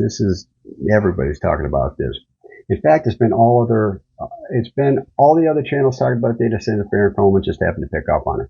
Not to say there's not a connection there, but between Charlie's demise and data centers, I think it's kind of a stretch, because it's the old, how do you prove a negative? Like, how do you prove you weren't in Paraguay yesterday? Now, I have a lot to say about data centers being built and coming online, and I was going to put that segment here, but I wrote the script, and it literally compromised. What are we at? According to this, it's about 2.5 hours. Yeah, add 30% to that. That's what this would have been. All right, there is a possibility. There's a there with Charlie being knocked off because of that, but I don't necessarily think it bears great credence at this juncture. So as it stands, that will become my next video, since the script is already written, and the solution to deal with the energy issue that will follow these data centers exists, and I need to make you aware of this. So this won't be the Charlie Kirk thing, but I do need to make you aware of this, because just like with all this information, nobody knows about this. All right, the solution's been around since before JFK was elected president. All right, and this is going to be in it, but I want to tell you this story, that Grace Stanke, now Grace Vanderhei, she was Miss America 2023. So in 2022, she was Miss Wisconsin. Obviously, then went on to compete and won. But I happened to be in the local parade that she was in, because they managed to get Wisconsin there.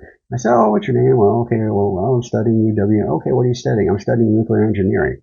And I about, ooked my dukers, because I'm like, "Oh my God, you know what a lifter reactor is." "What?" "A lifter reactor. LFTR, liquid fluoride thorium reactor." She said, "I have no idea what you're talking about." This woman was about to graduate, or within a couple of years graduate, with a degree from a Big Ten school in nuclear engineering, had no idea of this type of reactor. But if you want to look that up, definitely go down that rabbit hole. I've been personally on this crusade for well over a decade. These data centers may very well be our Death Star. These data centers, though, are coming whether we like it or not. But when it comes to the energy crisis that is almost certain to accompany them being operational, I will repeat the quote that I have stated many times before. If I'm going to get punched in the face, I may as well get to choose which side. But subject for another time. Many sleuth channels have been discussing when Tyler was Mirandized versus when the Discord posts were. A very eye-opening piece of evidence indeed. But say Barron's wrong on that. What happens? If I'm wrong, nothing happens. We go to jail. Peacefully, quietly. We'll enjoy it. Nothing. If he's wrong, nothing happens. Someone could simply lie about the time discrepancy and say, "Oh, it's so embarrassing, but I fat-fingered a number." Or, "I simply got overzealous and filed the inevitable arrest papers earlier than I should have. Oops. Law enforcement. Rules for thee, but not for me. Just like the Texas deputy who had the key firearm stolen out of his vehicle. Rules for thee, but not for me. because digging into things like that are superfluous in the grand scheme of things, unlike all the actual legitimate evidence that I have provided for you here and over the past few months. All of the evidence that I provided you over the past 9 months proves that Charlie was shot from his right. I have the forensic analysis showing how he impacted Charlie's body and how it acts as if he was shot from the right, from a steep angle, in the head, and the bullet lands exactly. I have the initial surgeon's report, remember, because this was a big thing when Erica said, oh, the surgeon told me this. And then the surgeon goes, I didn't say any of that, but they were very specific that it shattered his C2 to C6 vertebrae, and they were crushed, and that the bullet landed next to his T1 vertebrae on his left side, consistent with a shot coming in and then landing here. Guys, it's all right here.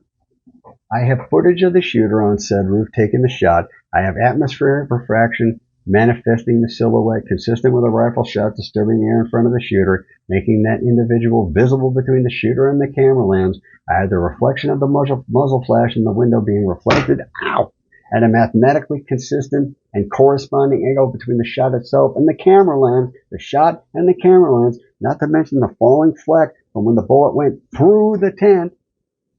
If I can get a hold of the tent, it's all over. It's all over. It's hands down 100% proof, inarguable. Tyler walks free, and now we finally know that there's a conspiracy, and now we can finally actually maybe dig into this. Thanks to Candace and Corby Hall, there is now the potential match to a firearm that forensically and ballistically corresponds to the caliber used at UVU that could easily be concealed and disposed of. And last but not least, I have the independent forensic audio analysis done by Audio-Freq, a trained audio engineer who pinpoints the location of the shooter to match exactly where I said it came from all those months ago, the roof to Charlie's right on top of the tour buildings. All of which prove, I don't use that word lightly, prove not only he was shot from there, that it was somebody other than the accused Tyler Robinson, which, for this one case that the state has brought forth, would result in an exoneration if the defense and the rest of the world would get their head out of their ass and open up their eyes. None of any of the other theories or pieces of evidence floating around can stand up to simple scrutiny, yet all of my information adds up and all of this matches. That is key to any court case. Do the pieces of evidence match? Shot from here, surgeon says so. You got the video of the guy taking the shot, atmospheric refraction. You've got the bullet coming through and that piece falling off. Again, you got the evidence there. You've got the muzzle flash matching the angle from the camera, from the shooter to the camera, and you've got Audio-Freq who did the sound analysis and it pinpoints, and I didn't even know the guy existed. He didn't know I existed. He independently came up, and every single one of these pieces of evidence match. Then we can debunk the theory that, oh, it was an explosive, but left no residue, left no blood, left no nothing. It was a shot from here. It was any of these things could be debunked. I just basically did it right in front of you. Yet there's people out there still who would take every logical, repeatable observation I have and say complete third grade garbage like, you talk too much. You talk too fast. You're weird. You're like Lionel. I'll watch Lionel's weirdness, but your weirdness is just too, I don't know. Wow. Detailed. In a murder case. You're too detailed. You're going into too many details. You know, not only a murder, an assassination. I'm watching the news and like Tupac Shakur was assassinated. Biggie Smalls assassinated. Struck down by assassins, bullets assassinated. Like, no, they wasn't. Martin Luther King was assassinated. Malcolm X was assassinated. John F. Kennedy was assassinated. Them two niggas got shot.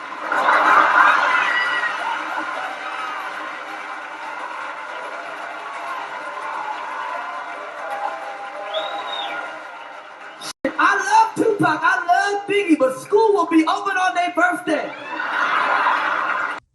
We Americans use that word sparingly. If the vernacular of the entire country uses the word assassination, you are a pretty important individual. Important, like, gee, I don't know, details?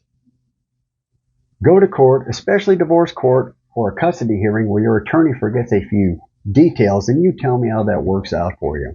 But it's funny because that never happens to you people who think like that. You guys just skip through life blindfolded, never tripping over anything. You know, all these people that knocked all these obstacles out of your path, and you smoke for 50 years and never get cancer. You drink like a fish and never get cirrhosis. I don't get it. Billy Joel is right, only the good die young. These same people are like Emperor Joseph II in the movie Amadeus about Mozart. Let's see what this enlightened individual cult of personality has to say about the greatest composer of all time. So, then you liked it. You really liked it, sire. Well, of course I did. It's very good. Of course, now and then, just now and then, it seemed a touch, what do you mean, sire? Well, I mean, occasionally it seems to have, how should one say? How shall one say, Director? Too many notes, Your Majesty. Exactly. Very well put. Too many notes. I don't understand. There are just as many notes, Majesty, as are required, neither more nor less. Well, my dear fellow, there are, in fact, only so many notes the ear can hear in the course of an evening. I think I'm right in saying that, aren't I, court composer? Yes. Yes. On the whole, yes, Majesty. This is absurd. My dear young man, don't take it too hard. Your work is ingenious. It's quality work. And there are simply too many notes. That's all. Just cut a few and it'll be perfect. Too many notes. Wow. Like the time where you're going to call me a big stupid doo-doo head. Or maybe I'm part of the not funny diarrhea club. Such juvenile, sophomoric attitude and examples of humanity. Did you know that there is a statue of Popeye the Sailor? For those of you young know-it-alls who know everything, you might want to look it up. He's a cartoon. Strong to the finish because I ate my spinach. Popeye the Sailor, man. But there's a statue of Popeye the Sailor in Alma, Arkansas, Chester, Illinois, and Crystal City, Texas. Statue of Popeye the freaking Sailor. Name me one statue of a critic.